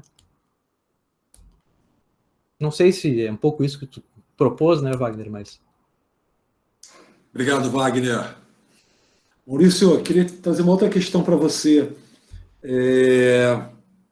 Você acha que é possível falar de uma clínica dos não-humanos? Uma o quê? Uma o quê? Não humanos. Uma o quê dos não-humanos? Uma clínica. Uma clínica. Ou uma clínica que comporta, agrega esses elementos não-humanos, ou considerar os não-humanos exigirá de nós uma reinvenção do que a gente costuma pensar como uma clínica? A minha resposta é absolutamente sim, Marcos. Eu só consigo pensar numa clínica possível com os não-humanos. Não acho que exista clínica, assim, acho que nós ficamos cegos para esses processos, né? E pensando a clínica de uma forma ampliada, e quando eu digo não-humanos, eu não digo só animais não-humanos, né? E por isso essa citação do Deleuze de vida não orgânica, né? Que parece tão paradoxal. Então, em cima desse pensamento animista e antropomórfico, tá tudo vivo mesmo, né? E a gente está sempre em interação, e aí, não sei se foi o Wagner que falou antes, eu esqueci de comentar, mas tem isso, ele falou sobre essa questão das emoções, né? Eu acho que eu tentei dizer isso que ele disse, mas de outra forma, que é essa criação de novas sensibilidades, né? E isso também me faz lembrar a Mineris, que reforça muito a ideia de experimentação, né? Que a individuação se dá na experimentação, etc. Então, a gente se abrir, isso não é fácil, para novas sensibilidades. Então, a clínica não pode ser só humana. Uma clínica antropocêntrica, eu acho que é uma clínica triste, na verdade, né? É uma clínica que não interage com o mundo, é uma clínica pobre, né? A clínica tem que estar ligada a afetos e a vida em geral sempre. A gente tem que estar sempre sendo atravessado, eu acho, né? Essa clínica, para mim, parece interessante. E, de certa forma, aqui, literalizando um pouco, mas é isso que Nise da Silveira fazia, né?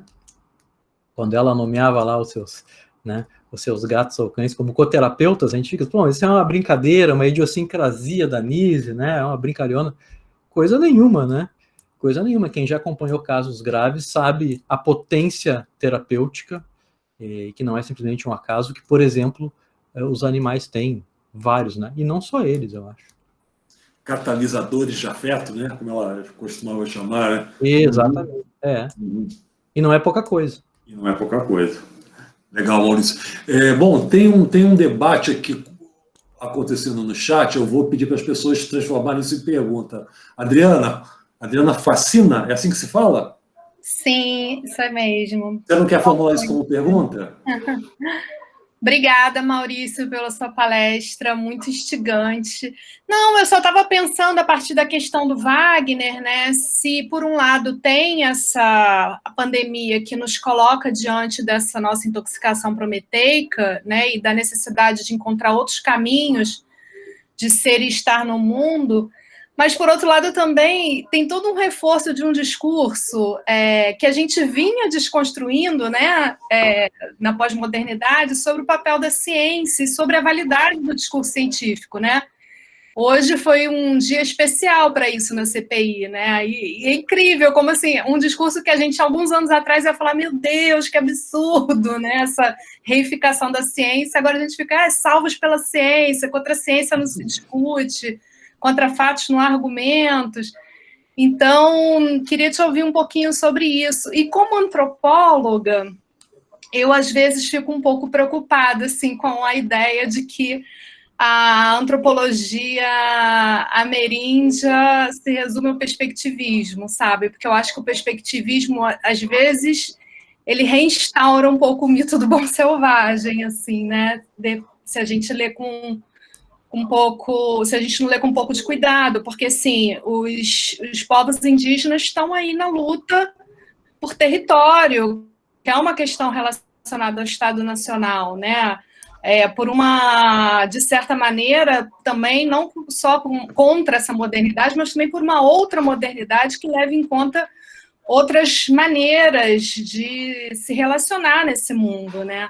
E aí, só para terminar minha colocação, né, respondendo ao Marcos, né, sobre a questão do capital, né, e do capitalismo, acho que é incompatível a gente pensar um mundo construído a partir da ótica dos nossos ameríndios, mas não só, né, das populações ameríndias, mas de quilombolas, de populações ribeirinhas, né, no sistema capitalista. Eu acho que é uma questão estrutural, né?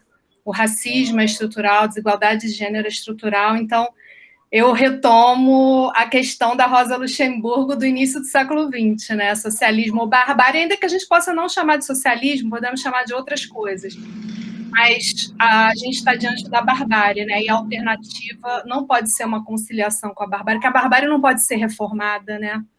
Ela tem que ser enfrentada, combatida, essa é a minha perspectiva. Mas muito obrigada, e mais uma vez obrigada ao Tiaços, que essas sextas-feiras realmente são uma injeção de ânimo, de esperança, de inteligência, né, e de afeto para a gente. Obrigada. Legal. Obrigado, Adriana. A gente vem aqui tentar dizer alguma coisa e aprende muito, né? Então, que bom, enfim, que bom que uma antropóloga está aqui ouvindo e está podendo falar, fiquei até, puxa vida, eu fico citando essas coisas de antropologia, né? Mas por isso que eu disse desde o início que realmente é um trabalho psicológico e a ideia é sempre esse diálogo, né? A ideia de perspectivismo me interessa desde muito antes desse uso, né? Especialmente do Viveiros de Castro, porque nasce lá com Leibniz e passa principalmente por Nietzsche, né? E Jung, ele retoma essa ideia. Jung é um perspectivista desde o início, né? E naquele momento ali da separação dele com o Freud, né, depois da saída do Adler, ele, em função dessa sensibilidade perspectivista, é que ele escreve os tipos psicológicos e tal, porque ele quer entender por que, afinal de contas, pessoas diferentes, né, psicólogos diferentes, têm perspectivas tão diferentes sobre o mesmo objeto, afinal de contas, que é o funcionamento da alma, ou da psique, né? Então,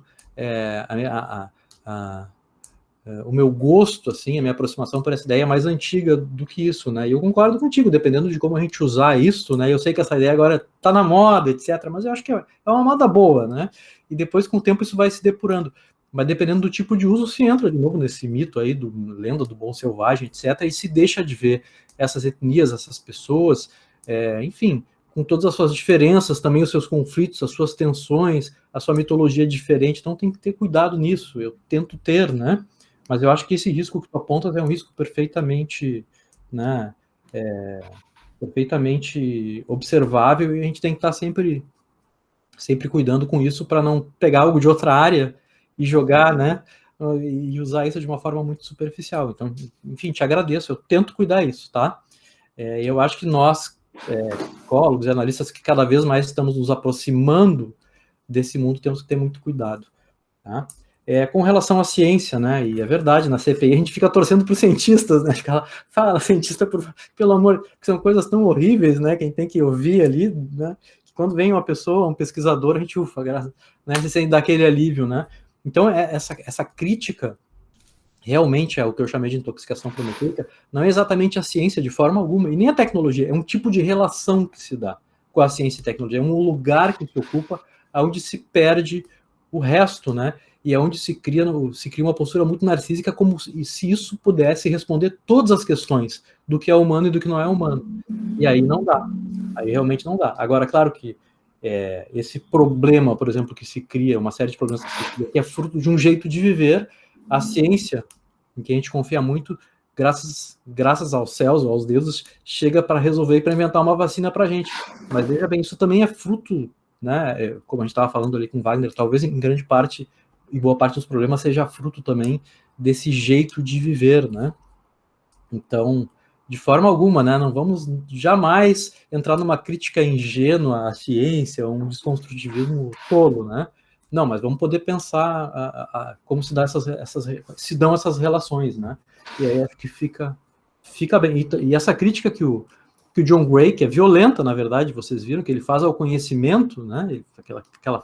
Aquele trecho que eu coloquei, é um trecho bem agressivo, né? Parece que ele está, bom, então joguemos fora o conhecimento, mas não é isso que ele está dizendo, ele só está dizendo que não é uma garantia que o conhecimento nos melhora de uma hora para outra. O conhecimento acaba sendo instrumental também. Então, na verdade, é isso que ele está dizendo, né? Obrigado, Adriana. Tá bom? Arthur, vamos lá? Oi, gente, boa noite. Olá, Maurício. Olá, Arthur. Tudo bem? Olá. Bom, eu queria participar da conversa, vou tentar trazer reflexões assim que foi me ocorrendo. E uma delas é com relação a um pouco, às vezes, até o debate que fica assim, entre o Hillman e o Giggerich, assim, mas isso como um pano de fundo assim, que eu fico pensando, né? E uma coisa assim que me ocorre quando a gente fala da filosofia da diferença, assim, como uma base epistemológica, né, é que às vezes enfim, eu sou diletante nisso tudo, né, mas às vezes eu fico pensando que parece que as filosofias da diferença ficam tentando sair do próprio tempo, como se quisesse sair da própria época para tentar trazer essa diferença, né? E aí esse é um ponto assim que às vezes me incomoda, porque será que é possível, né, essa saída, né? Ou a gente tem que aceitar, né, nosso tempo e a transformação vem justamente da imanência, né? Quer dizer, por exemplo, a questão do processo de individuação, né? Eu fiquei pensando se a gente fica... Eu fiquei nervoso agora. Mas o processo de individuação, quando o Marco Heleno trouxe esse debate, né, ele meio que criticou a ideia da gente cair no mito do herói, da gente, né, quer dizer, eu estou aqui nas minhas questões e eu vou ficar resolvendo aqui as minhas questões e de repente eu vou acessar essa alma do mundo. Bom, será que é por aí o caminho, né? Porque a tendência ao individualismo é forte, assim, né? Ou se confundir com isso, né? Ou a ampliação e inflação das questões, né, do sujeito, né? Por mais que ele sonhe ou perceba essas questões coletivas, né? Então, e aí eu lembrei muito de uma fala, eu acho que da palestrante que falou de Giggerich, né, que era mais ou menos assim, bom, um processo de individuação, talvez realmente que seria válido, seria aquele que a pessoa esquece de si mesma, né, esquece dos próprios problemas, digamos assim. Ela não é mais a questão central da vida dela, né, e aí a gente vai para as questões que estão colocadas diante da gente, né? E, enfim, era mais ou menos isso, assim, né? A ideia de que talvez a gente precise ainda acreditar em direitos humanos, em Estado Democrático de Direito, são todas essas questões. A gente ainda é muito moderno, né? Antes da gente já pular para esse pós, né? É isso que eu fiquei pensando, assim, né? Uhum. Enfim, desculpa nervosismo, as tensões, assim, mas essas ideias, né, que eu fiquei pensando. Uhum. Arthur, quero te dizer que eu gosto muito das coisas que tu escreve lá no Rubicão, viu? Né? Então, esse debate me interessa muito. O pouco que eu aprendi de Giggerich foi com o Marcos, especialmente com o André Dantas, né? E também um pouco com o Marco Heleno, né? E é um pensamento que eu admiro muito, mas eu acho que a gente vai se conhecendo a partir das coisas que naturalmente nos fazem bem, a gente sente como algo que nos toca, e também o que nos dá um pouco de alergia, né? Então, eu entendi que o que tu quisesse dizer no início da tua fala é que essas filosofias da diferença às vezes te dão um pouco de alergia, assim, é um certo, né? Que é exatamente o que me causa o pensamento do Giegerich, né? Então, são pensamentos realmente que partem de lugares diferentes, mas que tem muito valor. Eu aprendi a dar muito valor né, ao pensamento do Giegerich e tal, e ao pensamento do Hegel, mas realmente não é minha praia, né?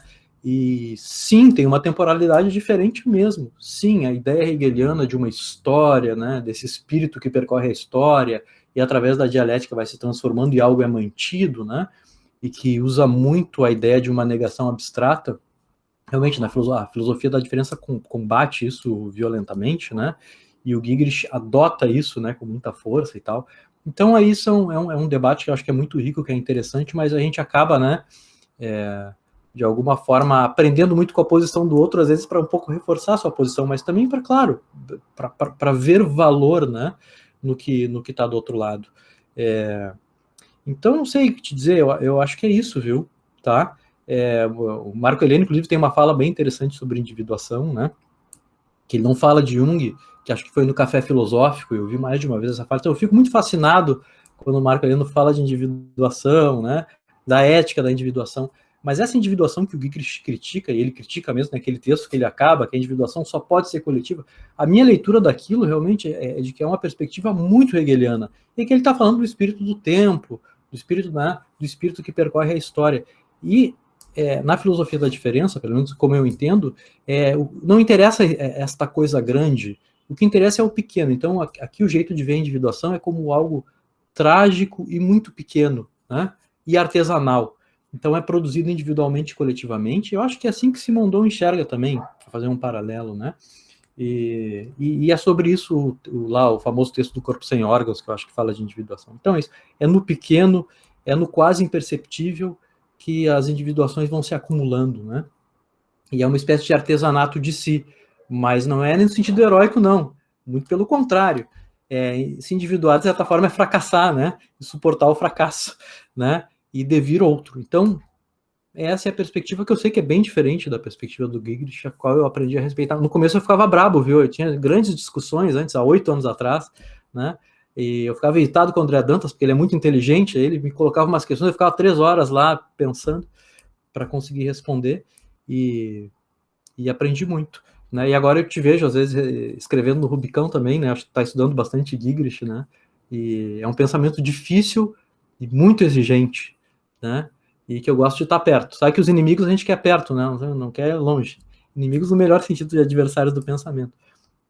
Então, não sei se te respondo, mas é um pouco isso. Valeu, obrigado. Obrigado, Arthur. Valeu. Maurício, mais uma pergunta, pode ser? Claro. Nila Costa. Nila? Oi, estou tentando aqui agora. Oi, Maurício. Olá. Parabéns, muito legal. Sua aula, gostei bastante.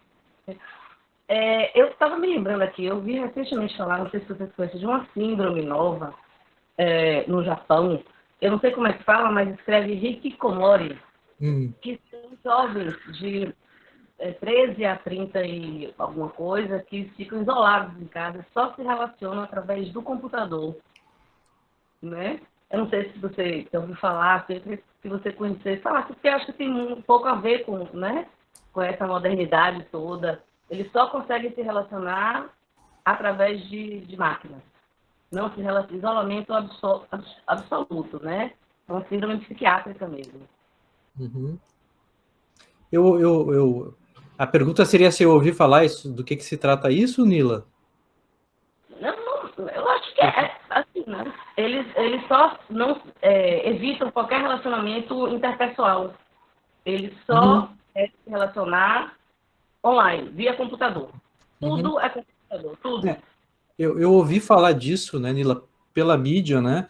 E ouvi falar que também tem algo de não se relacionar, inclusive sexualmente, de uma celebração da virgindade, etc. Não tem zero, né? Isso. Ninguém, né? Nada. Mas, assim, tratando-se de uma outra cultura tão diferente, né, eu tomaria muito cuidado, assim, e teria que estudar muito para poder pensar isso, ou de alguma forma pensar a partir dessa perspectiva aqui, porque, enfim, aí realmente tem toda uma questão histórica e antropológica também, e eu, né, acho que a gente tem que tomar bastante cuidado, mas eu vi pela mídia, e no Japão, enfim, tem muitas expressões, assim, de coisas que, né, comportamentos, tradições que para a gente são esquisitos, claro, porque é uma outra cultura, eu, assim, o pouco que me chega, eu acho, sei lá, sempre rico e interessante, mas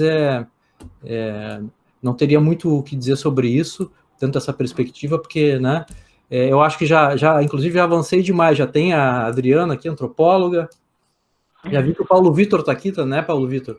Que é especialista na área, eu me atrevendo aqui a falar de antropologia, então, eu até, né, prefiro nem comentar, mas já ouvi falar assim, e soa bem estranho, né, ainda mais para nós brasileiros, porque a gente tem essa coisa, né, na nossa cultura, no geral, né, assim, né, de ter uma tendência maior a esse contato, assim, físico, etc., a esse olho no olho, essas coisas, né. Obrigada. Obrigado, Nila. Paulo Vitor, contigo. Gente, muito obrigado. Gostei bastante também da fala do Maurício, de muitas outras pessoas que falaram em seguida. Eu vou insistir um pouco no perspectivismo ameríndio. Bom, a minha pergunta é a seguinte, tem alguns outros termos, né, que acompanham o perspectivismo ameríndio. Um deles é o inimigo, né, e a gente poderia pensar isso na mitologia, mas a gente pode pensar também no ritual e na guerra, né, porque no quesito guerra cosmopolítica, né, essa guerra é contra o um, é contra a fusão, né.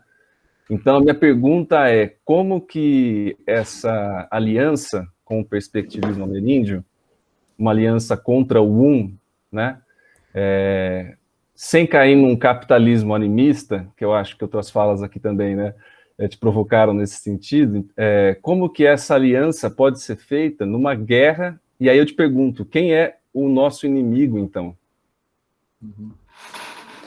Quem é o nosso inimigo? Puxa, somos nós mesmos, né? Tem que responder quase com sei lá, com um clichê, assim, né? É esse tipo de forma de pensar e de sensibilidade, né? Isso de pensar ao lado, ou tentar uma aliança com esse pensamento, né, do Viveiros de Castro, não só dele, do perspectivismo ameríndio, aqui desse ponto de vista psicológico, num primeiro momento, é só para lembrar que existem outras formas de estar no mundo e de se relacionar com o mundo e outras possibilidades de ontologia, né? Então, desse ponto de vista psicológico, é basicamente isso, né? Essa aliança, né? E guerra contra o um. Pois é, né? Dessa tendência, talvez, super unificadora, né, da nossa metafísica, né? O Hillman passa boa parte desse livro tão importante dele, criticando o que ele chama de monoteísmo, né, de uma postura monoteísta, não exatamente da religião monoteísta, e uma celebração do politeísmo, né? A gente sempre tem que ter cuidado com o uso desses termos o tempo inteiro, né? Mas eu acho que isso nos faz pensar em multiplicidade também, né? E numa policentralidade, né? Então, eu acho que falar do perspectivismo ameríndio, para mim, pelo menos, dentro desse discurso psicológico, é isso, né? Tá? Eu não sei se te respondo, né, Paulo Vitor, assim, mas é isso, buscar, em primeiro lugar, descobrir e depois poder se aproximar desse tipo de forma de viver e de sensibilidade que a gente realmente, na nossa cultura ocidental tradicional, assim, tal, colonialista, etc., não vou dizer que perdeu, né? Perdeu não, mas além de não aprender, tentou de alguma forma destruir, né? Excluir, né? Então, se si mesmando cada vez mais, né? Então, não sei se te respondo, acho que a tua pergunta né, é muito desafiadora. Quero te ouvir mais. Não quer me falar mais sobre isso?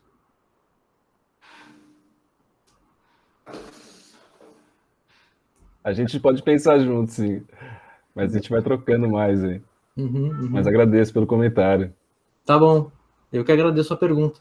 A tua aula estava muito boa lá no, né? Também naquele curso do IJUSP, né? E eu que agradeço. Eu tento aprender com os antropólogos, né? E poder pensar junto aí. Nem sempre é fácil. Obrigado, Paulo. Maurício, chegamos ao fim. Quero me autorizar a última questão, pode ser? Claro. Final da tua palestra, você traz um trecho do Lars von Trier, que eu não sei se é um prognóstico que você faz melancólico, mas, ao mesmo tempo, o capítulo final é um elogio ao amor. Entre a melancolia e o amor, como é que fica essa história? Pois é, amor e morte, né? Os dois grandes temas aí. O Lars von Trier, eu acho que ele tem essa coisa de trabalhar essa sombra, se a gente quiser, essa negredo, essa melancolia, né? O cinema dele é atravessado o tempo inteiro por isso, né? Ele é muito revelador nesse sentido. Ele, inclusive, é um cara muito melancólico, muito triste, deprimido. Inclusive, já foi internado mais de uma vez. É um cara, parece que complicado, e isso está muito presente no cinema dele. Eu não acho que seja um prognóstico, não, né, Marcos? Mas eu acho que recoloca um pouco, em primeiro lugar, o tamanho deste tal humano, né? Nessa equação cósmica, digamos. E tem uma possibilidade, o Viveiros de Castro coloca no livro, né, junto com a Débora Donowski, que fala sobre essa cena. Eu sempre fui fascinado por esse filme, por essa cena. Depois descobri que ele comentou isso alguns anos depois, né?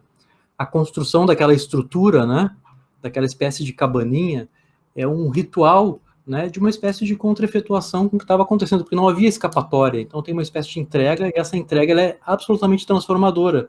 Não para a mãe do menino que já está dominada completamente pelo desespero, mas quem propõe isso, aquela personagem que é a personagem loira, é a personagem problemática do filme. Só ela conseguiu propor algo assim. E ela transforma o momento do menino, que, bom, vai morrer com os outros, né? Então, esse fim parece muito triste, mas não é bem assim. Eu falo isso às vezes para as pessoas, não, sabe o que é isso? Que é um desastre, o mundo está acabando. Não é. Tem um tipo, não é de esperança ali, não é que haja esperança ali, mas tem uma possibilidade de contra-efetuação, né? Então, entre o amor e a melancolia, fico sempre com o amor, é claro, né? E a melancolia vai nos acompanhar sempre também, né? Mas a gente não pode entrar num processo de despotencialização, né? Muito pelo contrário. A ideia é fazer mais vínculos, mais conexões e produzir mais alegria. É isso. Como diria Spinoza, né? É um caminho, Spinoza fala que é um caminho muito difícil, né?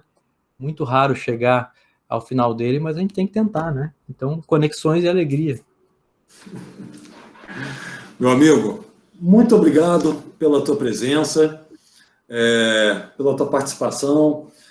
Você sabe que é uma grande alegria para mim, para a Luciana, te receber aqui no Tiaços, só engrandece a gente. Queria agradecer tua gentileza, tua generosidade e deixar você, para você se despedir da gente aqui. A palavra é tua. Beleza, então. Agradeço muito o convite, a insistência do Marcos. Não gosto de falar, gosto de escrever, né? Mas o Marcos me propôs, como é que é, Marcos? A pedagogia do atrevimento. Isso. Então, cumpri aqui a minha parte. Eu agradeço muito a presença de todos, das pessoas que ouviram, as pessoas que perguntaram. Espero ter conseguido aí fazer vocês pensarem um pouquinho. Algumas coisas, acho que é um tema meio amplo e intrincado, então algumas coisas realmente fica difícil de responder. E me instigaram a estudar mais, especialmente as perguntas dos amigos antropólogos, né? Que me deixam muito inquieto. Me deixam muito inquieto porque, para mim, são sempre... É um tipo de pensamento limite, assim, né? Então, instiga bastante. Muito obrigado, gente, viu? Boa noite de sexta-feira e bom fim de semana para todos. Pessoal, obrigado pela presença. Já deixo aqui o convite para sexta-feira que vem. A gente vai receber o Walter Mello, queridíssimo amigo do Tiaços, que vai colaborar com a gente também na análise do filme em nome da razão, né? Vai ser uma bela oportunidade. O convite está feito. Queria apenas fazer um comentário final. Tiaços está com 1 ano e meio de vida, mais de 40 palestrantes de diversas tonalidades, de diversas inclinações, de diversas vocações, mas todos eles empenhados em produzir pensamento. Tá bom? Obrigado pela presença. Até a próxima. Um abraço.